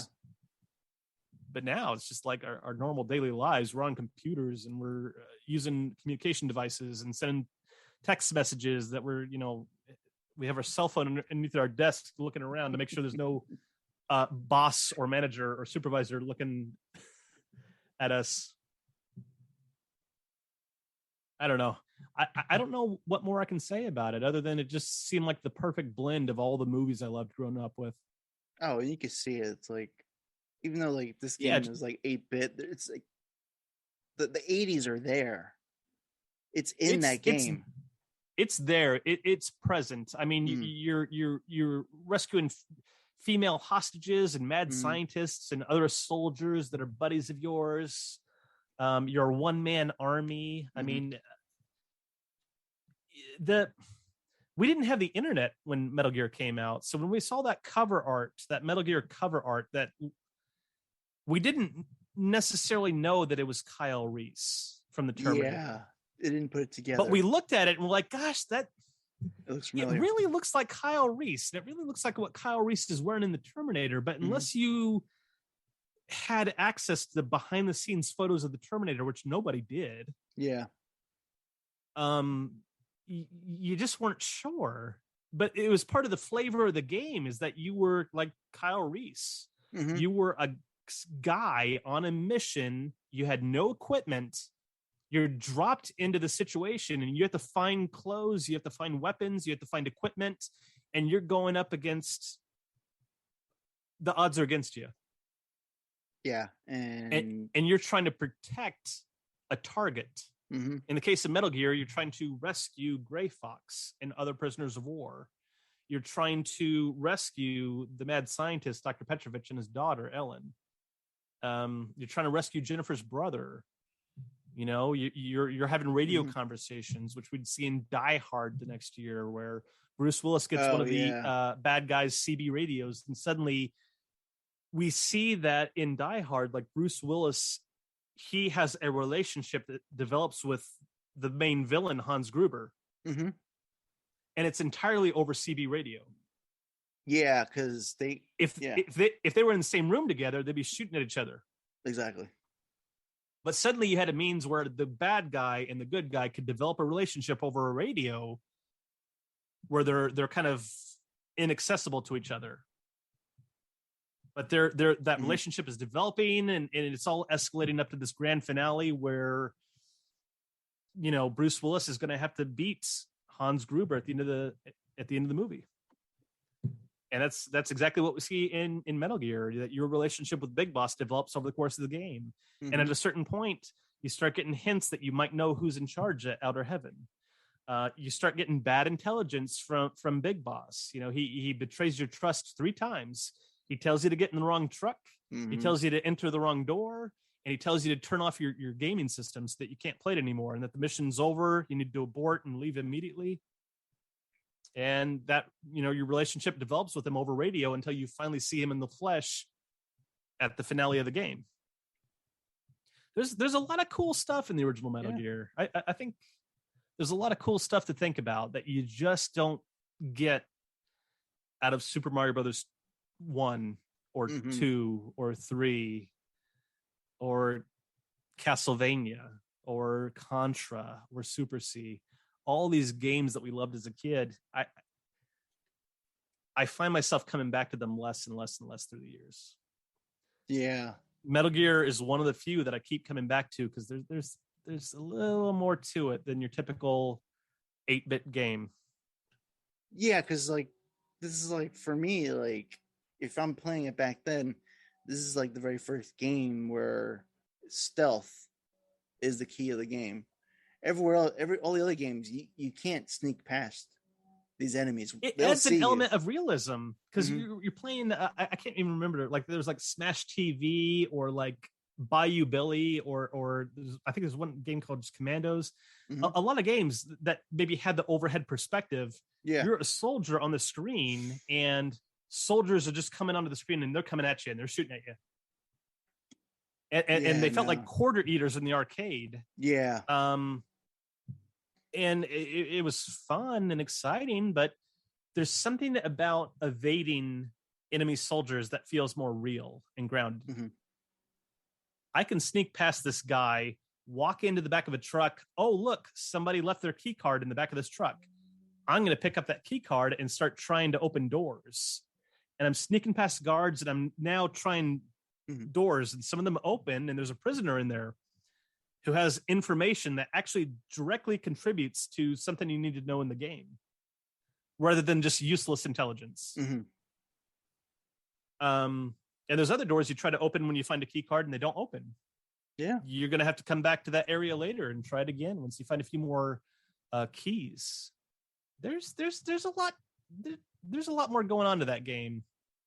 Yeah, and it's a game that's still relevant. Yeah. And there's a lot going on. Yeah. At least like once in your times playing all these games, like just give this game a try. Like, I'm not telling you to like play it through the whole thing. Like, if there's a point where like you got to walk away because you're frustrated or you're lost, which I got lost like several times over, having to like backtrack and go forward. Just give it. That's probably what frustrates people the most, is that it's possible to do, but it's very time consuming. Backtracking, checking all the doors again. That's usually what turns people off to the game. So if you want to have an enjoyable experience, don't feel bad about pulling up like a walkthrough on your phone and kind of halfway following it as you play the game. Because that's how these games like were kind of like needed. You needed like at least like some kind of guide as you were going through the game. I mean, think about Metal Gear Solid 5 when we first played Ground Zeroes, where you had the iDroid, and you had the entire map on the iDroid to the environment. Yeah. And you could tag enemy guards that would show up on your iDroid and know their location and the routes they're walking. I mean, that's just a lot like a walkthrough in the game. Yeah, I was gonna say like it's just like an in-game digital guide is what you got. It's an in-game walkthrough that you add intelligence to. Like in Ground Zero, every time you grab a guard and put a knife to their throat and say "talk," and they'd say, "I'm not telling you anything," or there's an ammo surplus shed next to the helipad, and then they would mark it on your map. Yeah. You're finding intelligence in the game, and that intelligence is getting added to your iDroid, which is like this like digital walkthrough. This, where like this information is put once you discover the information. And in the original Metal Gear, the information that prisoners are giving you is valid information. Yeah, and it's like these are the information that you need to like progress the story. They're telling you, hey, when you jump off the rooftop on building 1, you need a parachute, and it's absolutely true. It's not like other bullcrap games where you talk to the townspeople and they're just giving you like ominous platitudes. Oh my god! Yeah, it's so dangerous at nighttime. Boy, this is a terrible storm, isn't it? It's like, well, you're not saying anything that's helping me in the game. There's nobody in Castlevania 2, Simon's Quest, that tells you walk east, use the red crystal, and kneel in front of the cliff for the tornado to come and take you away to Dracula's castle. Nobody tells you that in the game. You have to buy a Nintendo Power issue to find that out. But in Metal Gear, the prisoners of war have intelligence, and you get that intelligence and you use it to proceed through the game. Yeah, and people call you on the radio and give you intelligence. You use that intelligence to proceed through the game. There's a lot of stuff that's way ahead of its time in that original Metal Gear. Yeah, like, and going back, you will see that. Like, people who've played the modern games, you go back to this game, you will see things that go out throughout the whole series from then on. That'll connect. It's really cool. I mean, when I play it, I like the graphics, but there's also a version of the game that's playing in my head too. Where I'm imagining what it would be like to walk through those concrete hallways and have these like wooden crates that have like military equipment in them. And I'm imagining army trucks driving past me or sitting there and I'm checking the back of them to see if there's any equipment that's been left behind. Yeah. It was just the good old days where the game was happening on the screen and there was also something playing out in your head. It's like when you read a book. You can watch Lord of the Rings, the movie, or you can read the Lord of the Rings book still, which has value, right? And when you read the Lord of the Rings book, there's a version of Lord of the Rings that plays out in your head that's unique to you. And I think that's what's happening when you play Metal Gear or Metal Gear 2 Solid Snake that maybe isn't happening as much when you're playing the Phantom Pain. or Snake Eater, because in Snake Eater or the Phantom Pain, it's all on the screen already. Yeah, that's true. The character models are realistic enough, and there's music, amazing music, and there's amazing 3D environments, and there's like cinematic cutscenes with camera angles and stuff. And there's something to be said about kind of simpler graphics on the screen and kind of letting the movie play out in your head a little bit too. Well, you also kind of get it here too, because like the music for the game does play a factor. When you're sneaking around, you have that music where it's like it kind of goes with like you're infiltrating and sneaking, especially at the end where it's like music is very frantic and very chaotic and fast. That's because you have to get out. I'm glad you caught that. Yeah, early in the game, the music is really kind of slower paced, and very sneaky, and very there's tension in it. But by the time you get to the end of the game, the tempo is super fast. Yes. And it's causing anxiety in you as you're playing the game, and they're throwing more and more at you in the game. And it builds the excitement, and it really gets your blood flowing, and it really gets you involved and invested in what's happening. Even for even for an 8-bit game. Yeah, and you get the trope at the end where the hero is running away from the explosion in the background of him. But unfortunately, like kind of like the meme now that cool guys don't look at explosions. He did. They walk away in slow motion as something blows up behind them. Solid Snake totally turns around and looks at the explosion. Yeah. Well, first he's like booking it. He's like, it looks like he's like running away. Fast. And then once the first blast happens and he knows he's kind of safe, he turns around and admires his work when the second explosion goes off. He's probably looking at you like, yeah, I did that. Let me pop a smoke real quick. Yeah. For a guy who smokes Snake just wasn't cool that first time around. For a guy who smokes a lot, you can make him smoke a lot. He runs pretty quick. Good lungs. Yeah. In the beginning. By Metal Gear Solid, when he shoots down the Hind D and it blows up in the background and he's walking away in slow motion. Oh, there's none of that in Metal Gear. In Metal Gear, he's admiring the explosion still. He's too green. Yeah. He's like, ooh, hold on. I gotta look at this. Oh man. Gosh, what's there left to be said about Metal Gear? We've talked about the themes, how it's innovative, like how the real world stuff's incorporated, and just how you see like the series evolve. That's the thing I'm most interested in. I mean, I've told people on the other podcasts I've done now. I've done Shane's Mother-Based podcast, and I've done the Kojima Frequency with those guys. I'm more of a guy that's into film. I'm not much of a video gamer anymore. And like my film collection, I kind of organize it by like the director of the film and the year the film came out. So like on my shelf over there, I have like James Cameron's movies. I have the Terminator from '84, Aliens from '86, The Abyss from '89, Terminator 2 in '91, and so on. And I like seeing the history of these storytellers that I like. I like seeing an evolution of their career, where you can actually see their career evolving in each film they do. And that's what I get from Metal Gear. I see this evolution of Kojima's career. Oh yeah. And then you see like from the beginning of Metal Gear going all the way to like the last games of 5. Yeah. And then going to you see those ideas that are kind of like, whoa, that's kind of a neat idea. The fact that there was a pack of cigarettes in Metal Gear and you can smoke the cigarettes to see the laser beams. Yep. But they also hurt your health. But separately from that, you can also get infrared goggles so you can see the laser beams, but it turns the room black and white. Yeah. But it doesn't hurt your health. That's just really cool. Yeah, it's like telling you to choose. You want something convenient that'll hurt you, or do you want something that's like a little inconvenient but won't hurt you? Yeah. And plus, you encounter those laser beams for the first time on the second floor of Building 1 where the goggles are. So depending on the route you take, whether you fight the machine gun kid first or you get the goggles first, will depend on what method you choose. Yeah. Like, did you ever, did you watch the TV show MacGyver growing up? Yes, I did. MacGyver reminds me a lot of Metal Gear. You've got this like top secret agent MacGyver who works for the Phoenix Foundation, and he's constantly sent on these like missions all over the world to get something. There might be an episode where he goes to Iraq to get like a flag that has like battle plans on it of like places they're getting ready to attack, and he'll steal that map. But the cool thing about MacGyver was that he went into all these scenarios and he wasn't armed with anything more than just an empty satchel and a Swiss Army knife. Yep. And it was only when he would get to the location that he would OSP. He would find the equipment on site that he needed to complete the mission. And Metal Gear just has a lot of that flavor.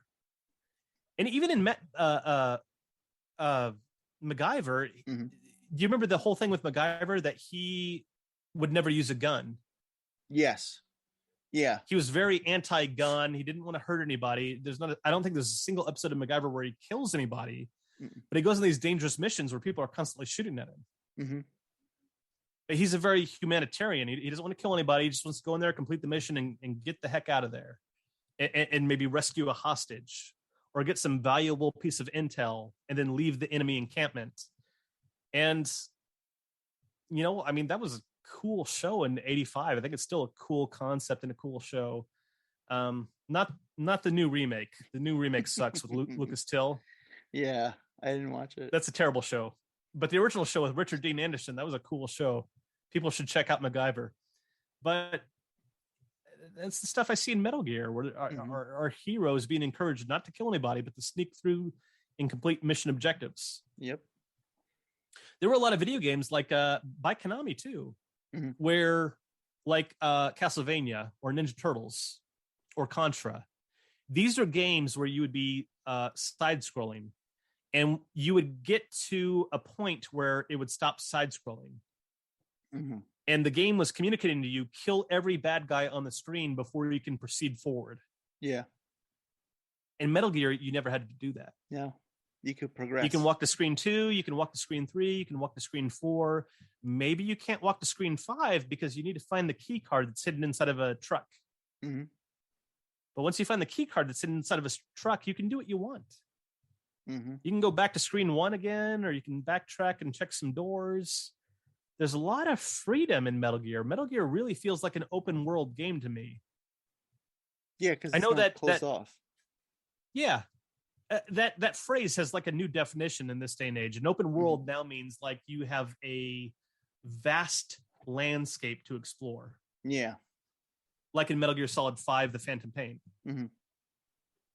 People look back and they don't think of Metal Gear Solid 1 or Metal Gear Solid 2 as open world, even though it's totally the type of game where you can go back to the beginning or check a different hallway or go to floor 2 and check the doors up there once to get a different key card in your hands. But to me, the Metal Gear series has always felt like open world. Oh, yeah. I would say like with each title, that world gets just a little bit bigger, a little bit bigger, a little bit bigger. Where Kojima's created a living environment where stuff is happening. Guards are patrolling. Maybe they're standing still and they get bored and they fall asleep. Maybe they're standing guard next to the elevator, and after a few minutes, they go shift change and they leave the screen. And you've got like a minute before new guys come on the screen and stand in front of the elevator. Or maybe you're on a screen and you think there's nobody there, and then suddenly a soldier pops out of the back of a truck. And he starts patrolling the screen. And the cool thing is that if you go into the truck, he's in there. But if you wait for him to leave the truck and then you go into the truck, it's completely empty and he's not in there.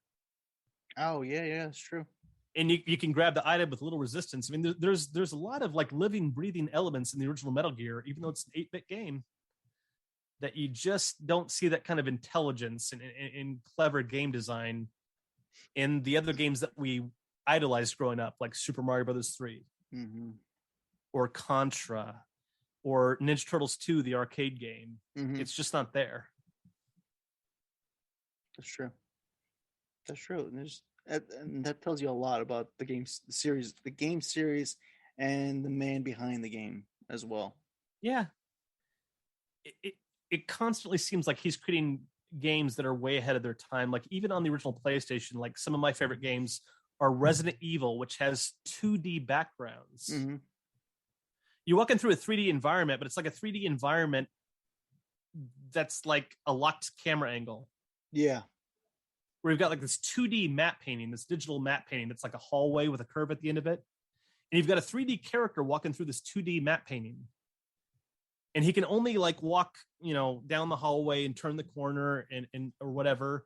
And Final Fantasy VII is the same way, where you've got like these 2D matte paintings on the PlayStation, and you've got this 3D character walking around these like 2D matte paintings where you can like, you can't walk through things, but you can walk around things, and very static environments. But that original Metal Gear is different, where he's created a 3D environment and you can walk through it and change the perspective and look through binoculars and zoom in on things and look at it through a different angle. Or and even though it's not a 3D environment in the original Metal Gear, which was 11 years before Metal Gear Solid, it feels 3D.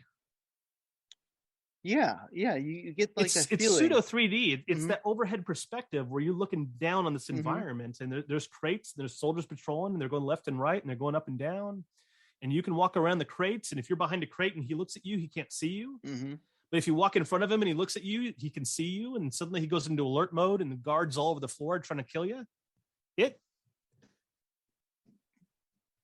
There's a lot of cleverness there. Yeah, and there's also like a lot of ways to play through this game too, so you can repeat your different styles on how you want to play. That's what I've been surprised by. I kind of felt like, well, there's a little bit of wiggle room in the game, but how much wiggle room is there really in the game? And then I started watching other playthroughs on YouTube. And I'm like, holy crap! Like, people are approaching this game in ways I never thought to approach it. Yeah, no, exactly. I thought my way was the only way, where you're on a floor and you find a key card and you check every door, and you get all the equipment you can. But at a certain point, you got to get on the elevator and go to the next floor and try the same thing. And maybe you'll find a second key card. And then you start using that key card to check all the doors. And then you go back to the original floor and check all those doors. And I'm like, well, but then I'm watching other people play the game. They're approaching it totally differently, where they go to a different floor and they accomplish a different task first. That makes the game easier for them than I was making it for me. Where I'm calling Jennifer, and Jennifer's saying, well, you've only got 3 stars. I won't talk to you. Other people have figured out a way to play the game that you have 4 stars before you can contact her. That way, when you do contact her, she's like, oh, you're cool. Here's a rocket launcher. Yeah, no. And you know what? That also surprised me, to tell you the truth. That surprised me. Like, the rank thing. Jennifer. No, like basically how innovative and creative this game is, for like even going back to like 1987. Yeah, and it's so cool. And why does it surprise me when it's like your game designer is Hideo Kojima? Yeah, even with those limitations, the stuff he pulled off, like we talked about the channel that you have to swim down, and the way, like, you can get the oxygen tank, but that's kind of out of your way. You got to go to building 3 and fight through building 3 to get the compressed air to swim. For years I've been using rations.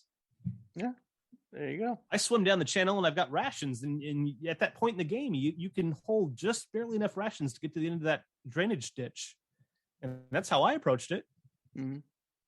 It's incredible that people can approach this game very differently. Yeah, and Johnny will get into a machine gun fight with the machine gun kid, but you know what?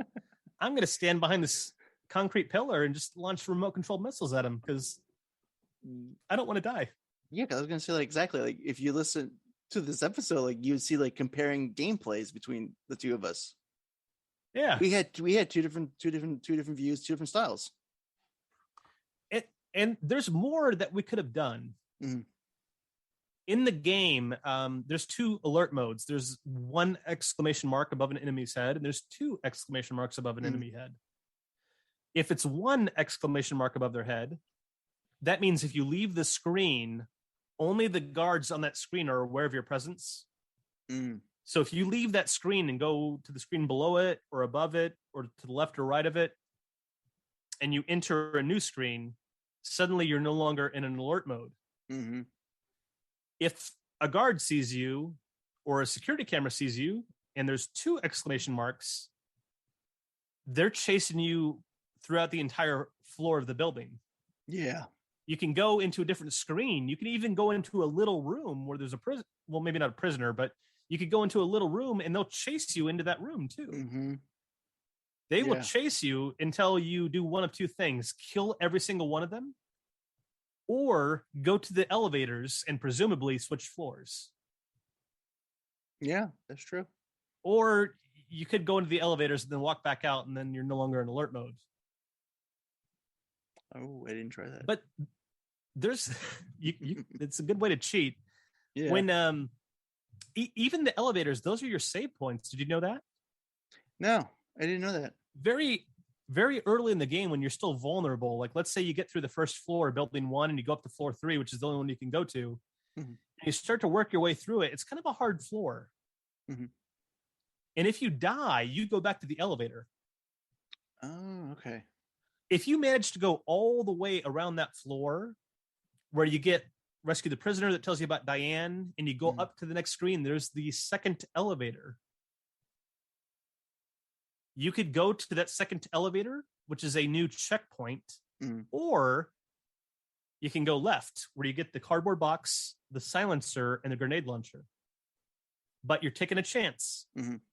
If you get killed trying to get those items, you're going to go back to the first elevator and have to play that entire floor over again, which is kind of a chore.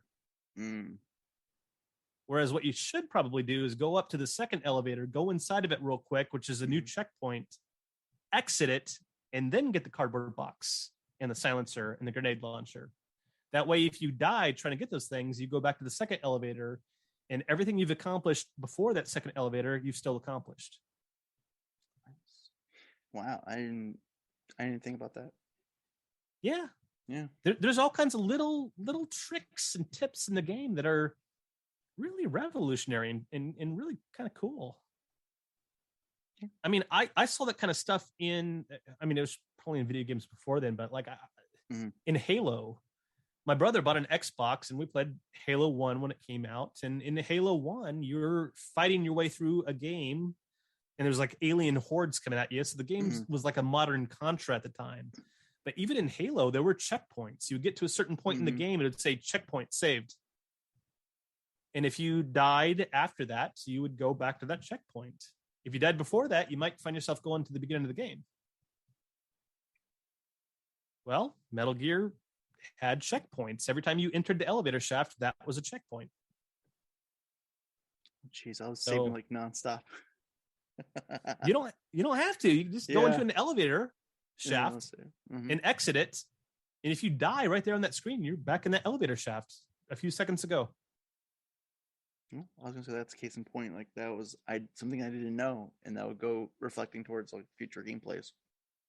Yeah, there's Metal Gear still has a lot of secrets. I don't know. Like I remember there was an article recently. Johnny, do you remember catching wind of that article recently where somebody talked about the hidden panel on the wall at the end of Metal Gear, where the floor is electric and there's the hidden panel on the wall?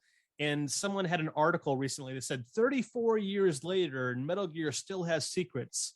Nobody had a clue that there was a hidden panel on the wall of one of the final rooms in the game. Just another Kojima, hidden secret, even one of his earliest games. And the truth is, we knew about the hidden panel. Whoever wrote that article, they knew it was obscure enough that a lot of people didn't know about it. But yeah, there were plenty of us that had known about that hidden panel for decades at that point. I was gonna say, like, not much of a secret, especially then with like there wasn't really the internet. It was word of mouth. There wasn't the internet. I think I talked about that a little earlier, where like you were on the school bus as a kid, like exchanging information with other kids who maybe bought the Nintendo Power issue from March, and maybe you bought the one from April. And you're like comparing notes and going, hey, do you know how to get past the cliff in Castlevania 2? It's just a dead end. Like, what am I supposed to do? Or if I go all the way right in Castlevania 2, there's just a lake. And you can't go any further. And if you jump into the lake, you die. Like, how do you go further right? Well, you got to hold the blue crystal and you have to kneel. And then the screen lowers. And there's like a hidden area below the lake that you go. And you only knew to do that with an issue of Nintendo Power. Even the original Metal Gear on Nintendo is guilty of that, where it had things that were almost impossible to solve unless you had the issue of Nintendo Power that it told you how to do it. But the original Metal Gear on MSX, I don't think it has those flaws. No.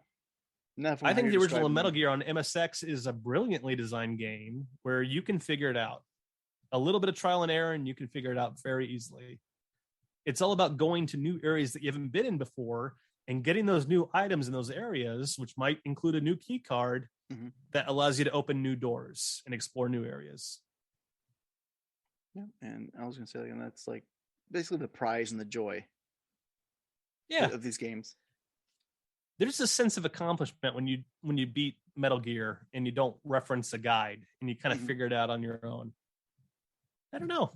To me, it feels like you infiltrated Outer Heaven, you rescued the hostages, you destroyed their secret weapon, Metal Gear, and you confronted your commanding officer who was a traitor, and you defeat him, and the whole base goes up in flames, and you escape, and you're Solid Snake, and you save the day.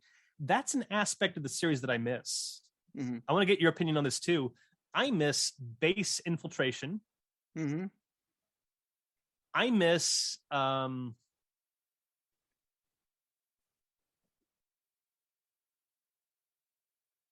where am I going with this? I miss a simpler story.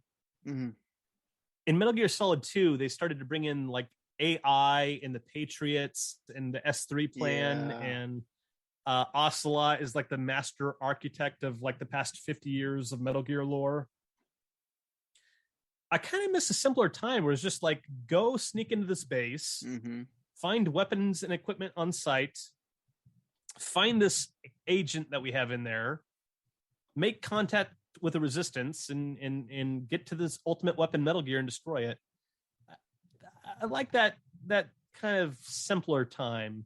By the time you get to Metal Gear Solid 4 and there's like a Arsenal gear with like a Mount Rushmore of the snakes on it. Yeah. And there's like an AI George Washington supercomputer inside of it that you need to upload the virus to, that like a little kid designed. It gets too crazy. It got a little too crazy sometimes, and it got a little too messy. I kind of miss the simpler era where you're Solid Snake, you go into Outer Heaven or Zanzibar Land or Shadow Moses, you rescue the VIP hostages, you take out the bosses, and you destroy the Metal Gear. And you take away the enemy's ability to launch a nuclear weapon.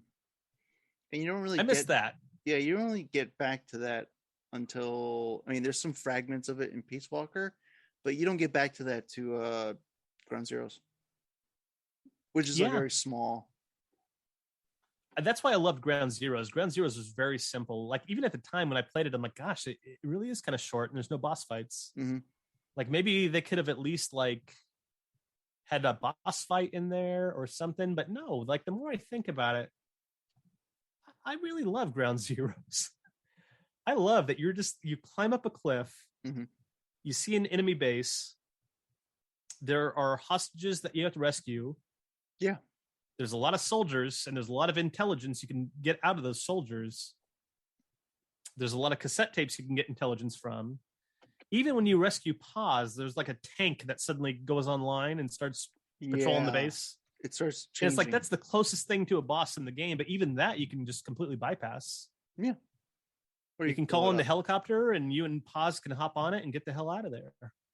And I think that's part of the reason I kind of like Ground Zeroes more than the Phantom Pain, Peace Walker, Metal Gear Solid 4, maybe Metal Gear Solid 3, definitely Metal Gear Solid 2. I miss just, here's a base, sneak into it, steal some weapons, steal some equipment, and complete this task. I think the series got a little bogged down by its own like convoluted continuity of like AI is running the world, and there's like a secret Illuminati organization that's behind it all, and we have to take them down with a computer virus, and it's all the boss's will, and people misinterpreting the boss's will, and Zero kind of going corrupt, but then you find out maybe that wasn't the case because he had vocal cord parasites. Don't get me wrong, I love it all. Each game, there's like things I love from the game that's in no other game in the series, but I kind of miss simpler time of Snake going into a base and just he has a few tasks to complete. Yeah, I mean, even if you bring that back that basically that fundamentality of like gameplay, you'd be just fitting right in. It doesn't have to be Yeah. like so grand and like massive, like where it's just like the story itself just feel like it's gonna like basically collapse on you because it's just so heavy. That's where I feel like Metal Gear is now, where like the story is so big that it's almost like Mm-hmm. collapsed in on itself, but not quite. Mm-hmm. Whatever Konami does with the future of Metal Gear, like they do like a Metal Gear Solid 6 or something, mm-hmm. I think they kind of need to wipe the slate clean a little bit mm-hmm. and say the Patriots were defeated. Mm-hmm. Snake is dead. Big Boss is dead. Zero is dead. Ocelot is dead. That storyline is done. Mm-hmm. Now let's do a story where I don't know, maybe you're the son of Johnny and Meryl, and you're a Foxhound rookie, and you're 19 years old, and maybe Meryl and Johnny are like the commanding officers at mm-hmm. Foxhounds, and they help you throughout the mission. But take it back to basics. Yeah, exactly. Tell a game that's in the not too distant future where you're a Foxhound operative and you have to sneak into an enemy stronghold, and then start building a brand new continuity from there. And that'd be the perfect or rather than continuity. Yeah. I mean overarching story. Yeah, we had the Patriots saga where people misinterpreted the boss's will. Let's kind of enter a new era and let's start simple again. If only. I'm so worried that Metal Gear Solid 6 will come out and they're like, there was a backup file on the Patriots. Or the whole like what Star Wars did, like Ocelot didn't die, he's like held alive by the machines. And or like they cloned the boss and now you're playing the boss as like a 25-year-old in 2003. Mm-hmm. That might actually be cool. But I mean, if you do like a Westworld kind of thing. Yeah. Or you're a robot. The continuity of Metal Gear is so convoluted at this point where like I don't even understand the difference between the Wiseman's Committee, the Patriots, the Philosophers, or George W. and the other AI. I'm confused how those are different things or why they needed different names. Mm-hmm. So there's like 5 AIs. There's like a George Washington and a blank and a blank and a blank. Yeah. And a 5th one. But we were also told that there's 12 Patriots.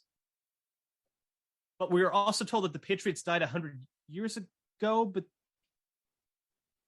the boss was brought back as an AI as a test because they want to bring back the 12 Patriots as AIs. But then there's only 5 AIs that they're trying to get out control of in Metal Gear Solid 4.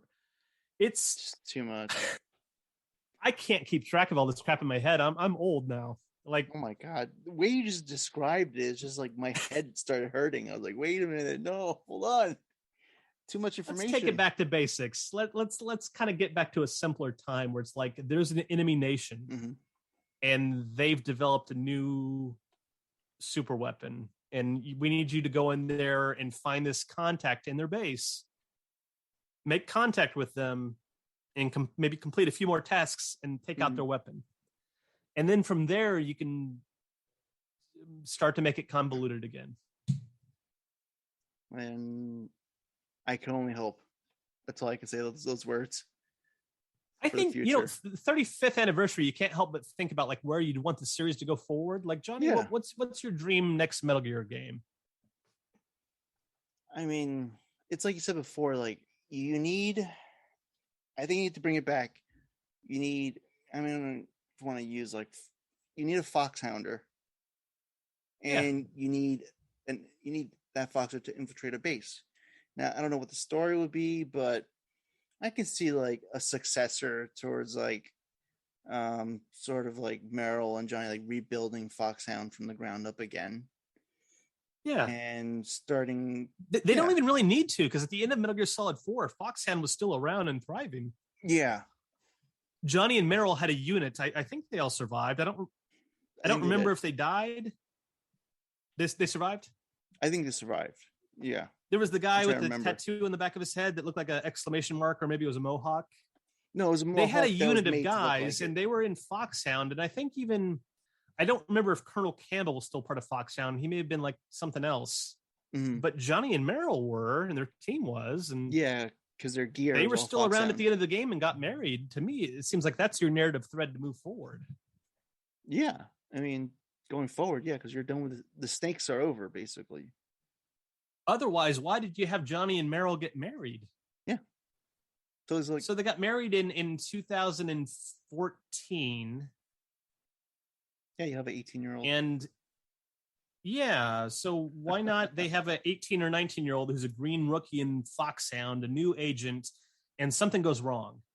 Maybe a helicopter crashes and his mom and dad were on it, Meryl and Johnny, and now they're prisoners of this enemy rogue nation. And he's the agent that has to be sent in. I don't know. Like, I'm just kind of spitballing here. It's not gold, but I think my ideal next Metal Gear game, even though I'm talking about making it simple again and going back to basics, I like the open world environment of 5.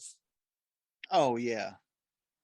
I would like it a lot if, like, kind of the scenario of Metal Gear 2, which we're going to talk about next, was Zanzibar land was a new rogue nation that was located between the borders of Iraq, Afghanistan, and Russia. And between those 3 countries where they border each other, you had a small rogue nation, Zanzibar land, which had its own base, its own leader, its own military force. I think I would like to see an open world game where you're on the border of a couple of countries, maybe 3 countries or 4, like that scenario. And let's just use those as examples. We'll say that the 4 countries are Zanzibar lands, Iraq, Afghanistan, and Russia. And you got this giant open world, this terrain that would take you a long time to walk through. And as you walk through it, you could pass from one country to another country. And each country like has its like main base or capital, and like smaller bases and outposts. And maybe maybe the countries are at war, so there's multiple factions, kind of like they were talking about for Metal Gear Solid 4. Yeah. Maybe each country is developing its own Metal Gear project. So like over in country number 1, they're developing a Metal Gear that's tall and can fire 6 missiles. In country 2, maybe they're developing a Metal Gear that's wide and only, shoots 1 large ICBM on its back. In the 3rd country, they're developing a program, but maybe it's like Metal Gear Geckos, where they're just like walking around the country and patrolling like Ed 209 or something. Yeah. And you're the soldier that's in the middle of this like political flashpoint where something's about to go down, and your job is to like sneak into these countries and infiltrate their bases and outposts and collect intelligence and kind of uncover this ongoing plot and basically diffuse this political flashpoint situation, before World War III break. I don't know. I mean, something. And something's better than nothing right now. Yeah. Give me that next step that these games have been making larger and larger environments for you to interact with. Give me that next step. Give me something that's even bigger than Metal Gear Solid 5 and incorporates some of those ideas that just didn't make it into Metal Gear Solid 4. In Metal Gear Solid 4, there were supposed to be like 4 factions at war. And one of those factions was like Liquid Ocelot's faction. And you were supposed to be able to help these guerrilla fighters on these different factions fighting. And as you did, you would gain the trust of one, and maybe the other 2 would be pissed off at you, and they would start shooting you on sight, or vice versa. And one by one, those elements got stripped out of Metal Gear Solid 4 until eventually it was just like the Resistance fighters and Ocelot's bad guys. Yeah. And you could help the Resistance fighters and they were cool with you, or you could be like, you could butt heads with them and they'd shoot at you. But a lot of those early ideas they were talking about just didn't make it into the game. Yeah, no, that would have been great. And I think those were some cool ideas when they planned Metal Gear Solid 4. And I'd like to see those ideas come back with kind of a larger open world, that's like 3 or 4 times as big as we got in the Phantom Pain. I don't know. But even though I'm talking about making the game bigger, and having like different bases and different factions in different countries, let's the AI and the Illuminati and all that other stuff. Ocelot being the puppet master. Let's start to whittle that stuff back and get back to you're just a one-man army collecting weapons on site, collecting equipment on site, and but the enemy is strong, and there are multiple of them, and there's different bases in different regions. Maybe that country is mostly jungles, and they have like a fortress inside of a jungle area. And maybe that country over there, maybe they're down in a valley, so there's like lots of canyon walls and SAM sites patrolling the top of the canyon walls, and so you can't fly your helicopter in there. And I don't know. And I'm sure people are listening to this, rolling their eyes, going, "What are you talking about?" I think clearly the right answer is you clone Solid Snake and have him do more adventures. I think that's where that'd be great for like the stopping point. Like, yeah, for the 35th anniversary, it's like we're here and we're telling people like give it a try, especially with the anniversary. Give Metal Gear a try. Yeah, 35th anniversary. Try to celebrate in some way. If your way of celebrating is going back and just playing your favorite game, you pop in your copy of Snake Eater and you play it through and enjoy it. That's great and all, but it's the 35th anniversary of the original Metal Gear. Yeah, and it's something that should be like, revered. 35 Snake's years. Revenge is, or Snake Eater is only 18 years old at this point. It's not the anniversary of that. It's the anniversary of Metal Gear. Like, that's just what we're trying to do here. Talk a little bit about the 35 years, talk a little bit about the original Metal Gear, and try to encourage people out there that maybe haven't played it to play it. Or if you have, go back and maybe reappraise it again. Yeah, exactly. And I'm going to say, like, I want to thank you for coming on to the podcast. I'm literally going to stop recording and see how much we got. But we've been talking a while. Yeah. What, 4 hours now? I'll find out.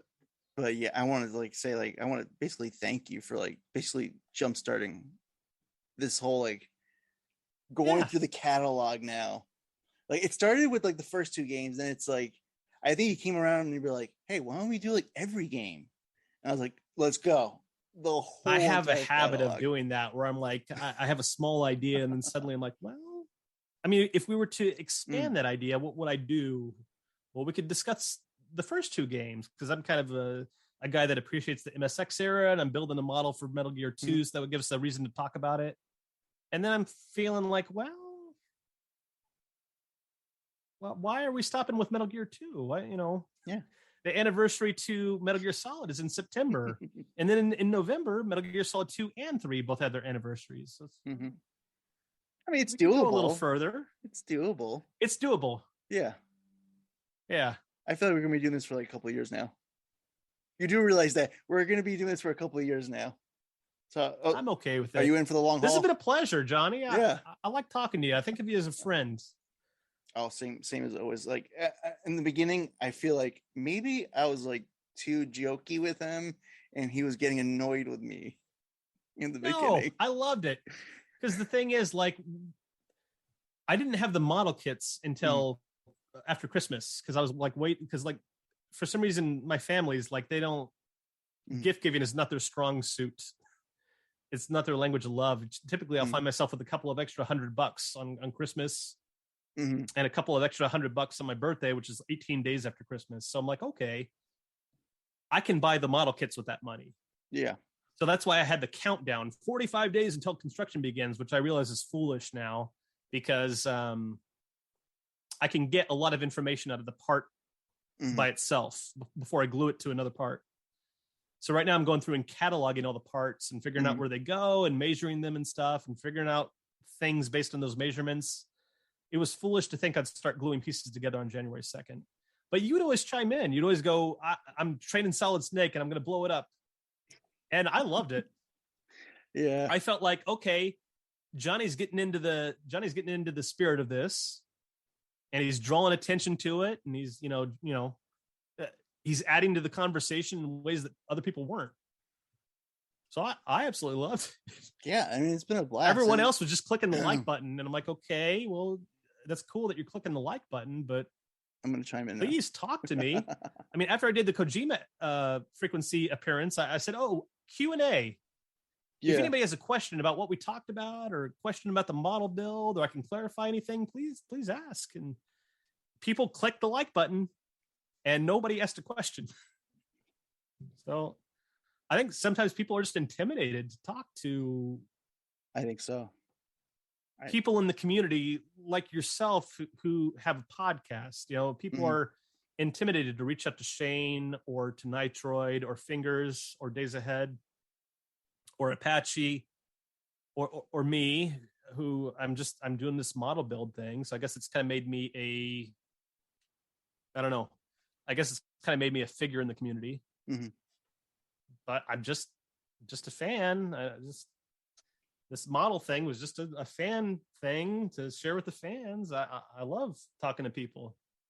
Yeah, and basically that's who broke my like shyness to get this going, was Shane. Yeah.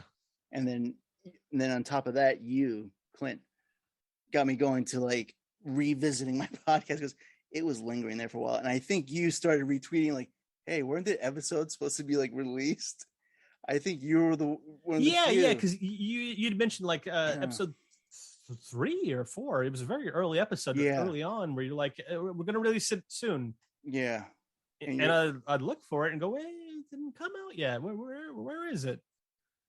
And yeah, I had to ask because I'm like, well, "Where is episode 3 still coming?" And I don't know. I like, to tell you the truth, I've been enjoying these podcast appearances. It's kind of fun. Oh, I don't. I could never do that. Like I don't think I could. I'm not very tech savvy. That's probably why we had the audio issue at the beginning. And just like choosing a podcast name and making a logo and audio editing. I have a friend that did that. He had a movie podcast, and we're actually talking about me joining him for a movie podcast. But I think I'm best suited for just kind of the occasional guest spot. I mean, yeah, to come in and talk about it, because I know a lot about it and I want to talk about it because I have things I'm trying to work out in my head still that I don't quite understand.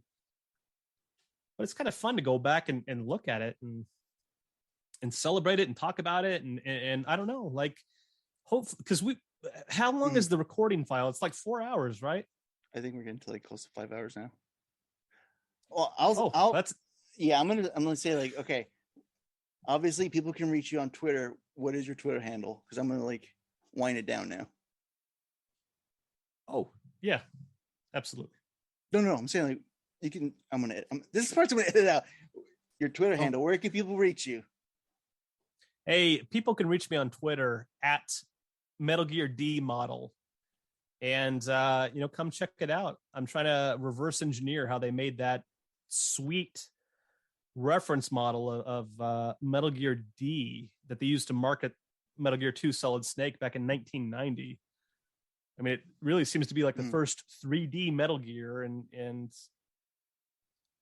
I would challenge anybody out there to find a picture of the backside of this model. Yeah, I know that's the one thing that's hard to find, and I would tell people, don't be intimidated by like you're like where you are in the community. Ask questions. Ask Metal Gear D model. Don't be afraid to ask me questions. Like, I'm just a guy. I'm just a video game nerd that likes to watch movies. Like, I'm no one. I worry that I worry that I'm starting to become like a figure or something. I think you're starting to become a figure. You know, I noticed when I said I was getting you, I started noticing you popping up now. Yeah. Right? I think people are afraid to ask me questions because I'm Metal Gear D. Yeah, but I'm not. I'm Clint. I'm just a dude that plays video games. There's a code name. Yeah, I guess I have a code name now. I wish I'd thought about that, because like Nitroid has a cool code name. Fingers has a cool code name. Apache Smash has a cool code name. Days Ahead has a cool code name. But like Metal Gear D Model, that doesn't seem like a cool code name to me at all. I mean, I would have chosen something else. My online handle when I used to like play video games online with friends was Chuck Bombs. I would always go into the alias Chuck Bombs, and I would act like I was James Bond or something. Bombs. Chuck Bombs. I'm keeping that in the episode. Because that fit my playing style. Like I was the guy in Halo that was throwing like sticky bomb grenades at people, and they were going, "God damn it, Clint! We're playing with sniper rifles. Stop throwing the sticky bomb grenades at us." But I love that. Like I love being the source of much destruction in video games. And that's feel free to reach out. I'm so worried that people aren't reaching out to me because they're worried that they'll ask a question like, could you explain this? And then I'll turn around and go, "Oh, what are you, some idiot or something?" Possibly. I mean, like, you know, like I'm going to publicly humiliate them, or they're too intimidated to ask me the question. But I'm not Kojima, and I'm not Shinkawa. I'm not even Shane or Nitroid. I'm just a fan. The only reason I have a bunch of Twitter followers is because I'm following people every day and getting them to follow me back. And the only reason I'm doing that is I'm trying to connect with Metal Gear fans all over the world who may have pictures of Metal Gear D that we haven't seen yet, or may have like pieces of marketing material that we don't know about yet that's not widely known. Yeah, and that's how I connect with you. You don't have the artwork of Metal Gear Solid Rising Lightning Bolt Action. It has a little picture of the Metal Gear D model. It does? Can you scan that for me? And that's why I'm connecting with people on Twitter. Yeah. I don't need 10,000 followers to flatter my ego. I don't need 10,000 followers to like my posts. I need 10,000 followers so that I can get another 10,000 and another 10,000. And hopefully at a certain point, I connect with somebody who goes, hey, I went to the Metal Gear 25th party back in 2012, and I took a bunch of pictures of that Metal Gear D model. Let me share them with you now. I'm trying to find people and connect with people. And so far it's working. A lot of the pictures I have because people have shared them with me. And that's why I'm trying to make connections on Twitter. It's not because it's not because I think I'm a celebrity or a figurehead, or I think I'm important, or I want as many people as possible to like my tweets. I want to connect with the entire Metal Gear fan base and see who I can find who may have that critical piece of visual information that'll help crack this Metal Gear D model. And that's what I'm hoping, like, with you going out there on these platforms, on these platforms, the podcast platforms, get your information out there. Other than that, I'm just a huge nerd who loves talking Metal Gear and loves answering questions, because when somebody asks me a question, the thought never occurs to me, well, that they asked me a question with a super easy answer. I'm going to make fun of them. That thought never occurs to me. When people ask me a question, I look forward to the opportunity to answer it and get this information out there, because that's my whole mission statement. Is I'm looking into how they built the Metal Gear D model and documenting it, because I want to get that information out there. But in the meantime, I'm more than happy to answer questions and get information out there in little bits at a time. And that's what I'm going to tell hopefully hopefully the day will come in a year or two where I put all of the information out there at once in like a PDF document. Yeah.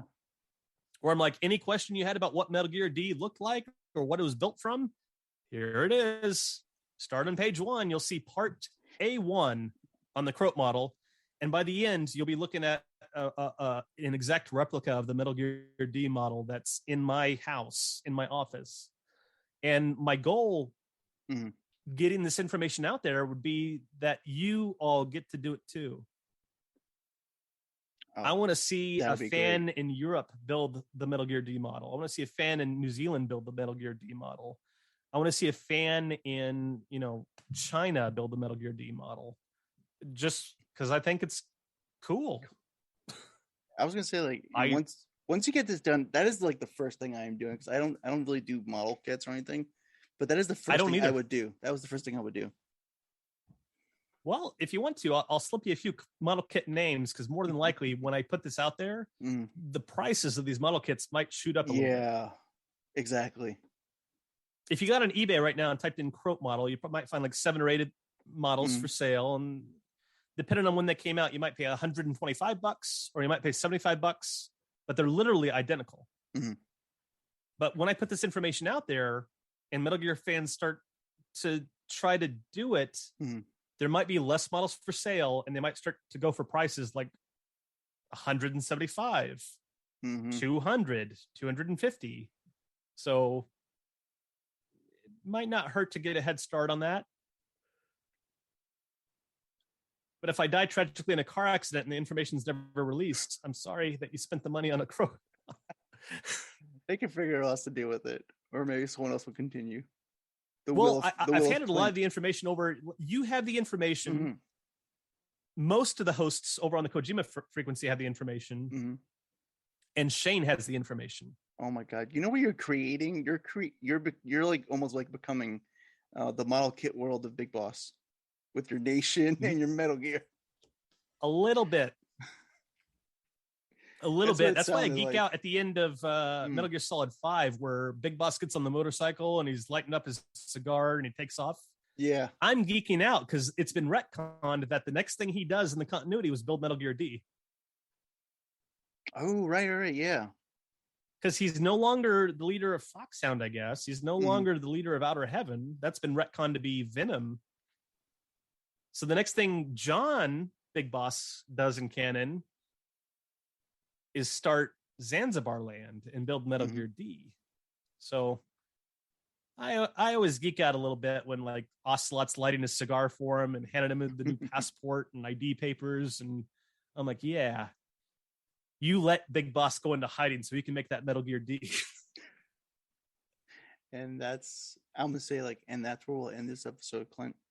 I'm gonna thank you for coming on. I probably edited this episode I think I ended this episode 3 times, but we'll edit. I'll edit it. Pick the ending you like best, like exactly. Metal Gear Solid 1. All these different endings, alternate endings. I'm gonna stop and see what. And that is the end of this special episode for episode 10 of Outtakes, Schmotakes, and Brocakes.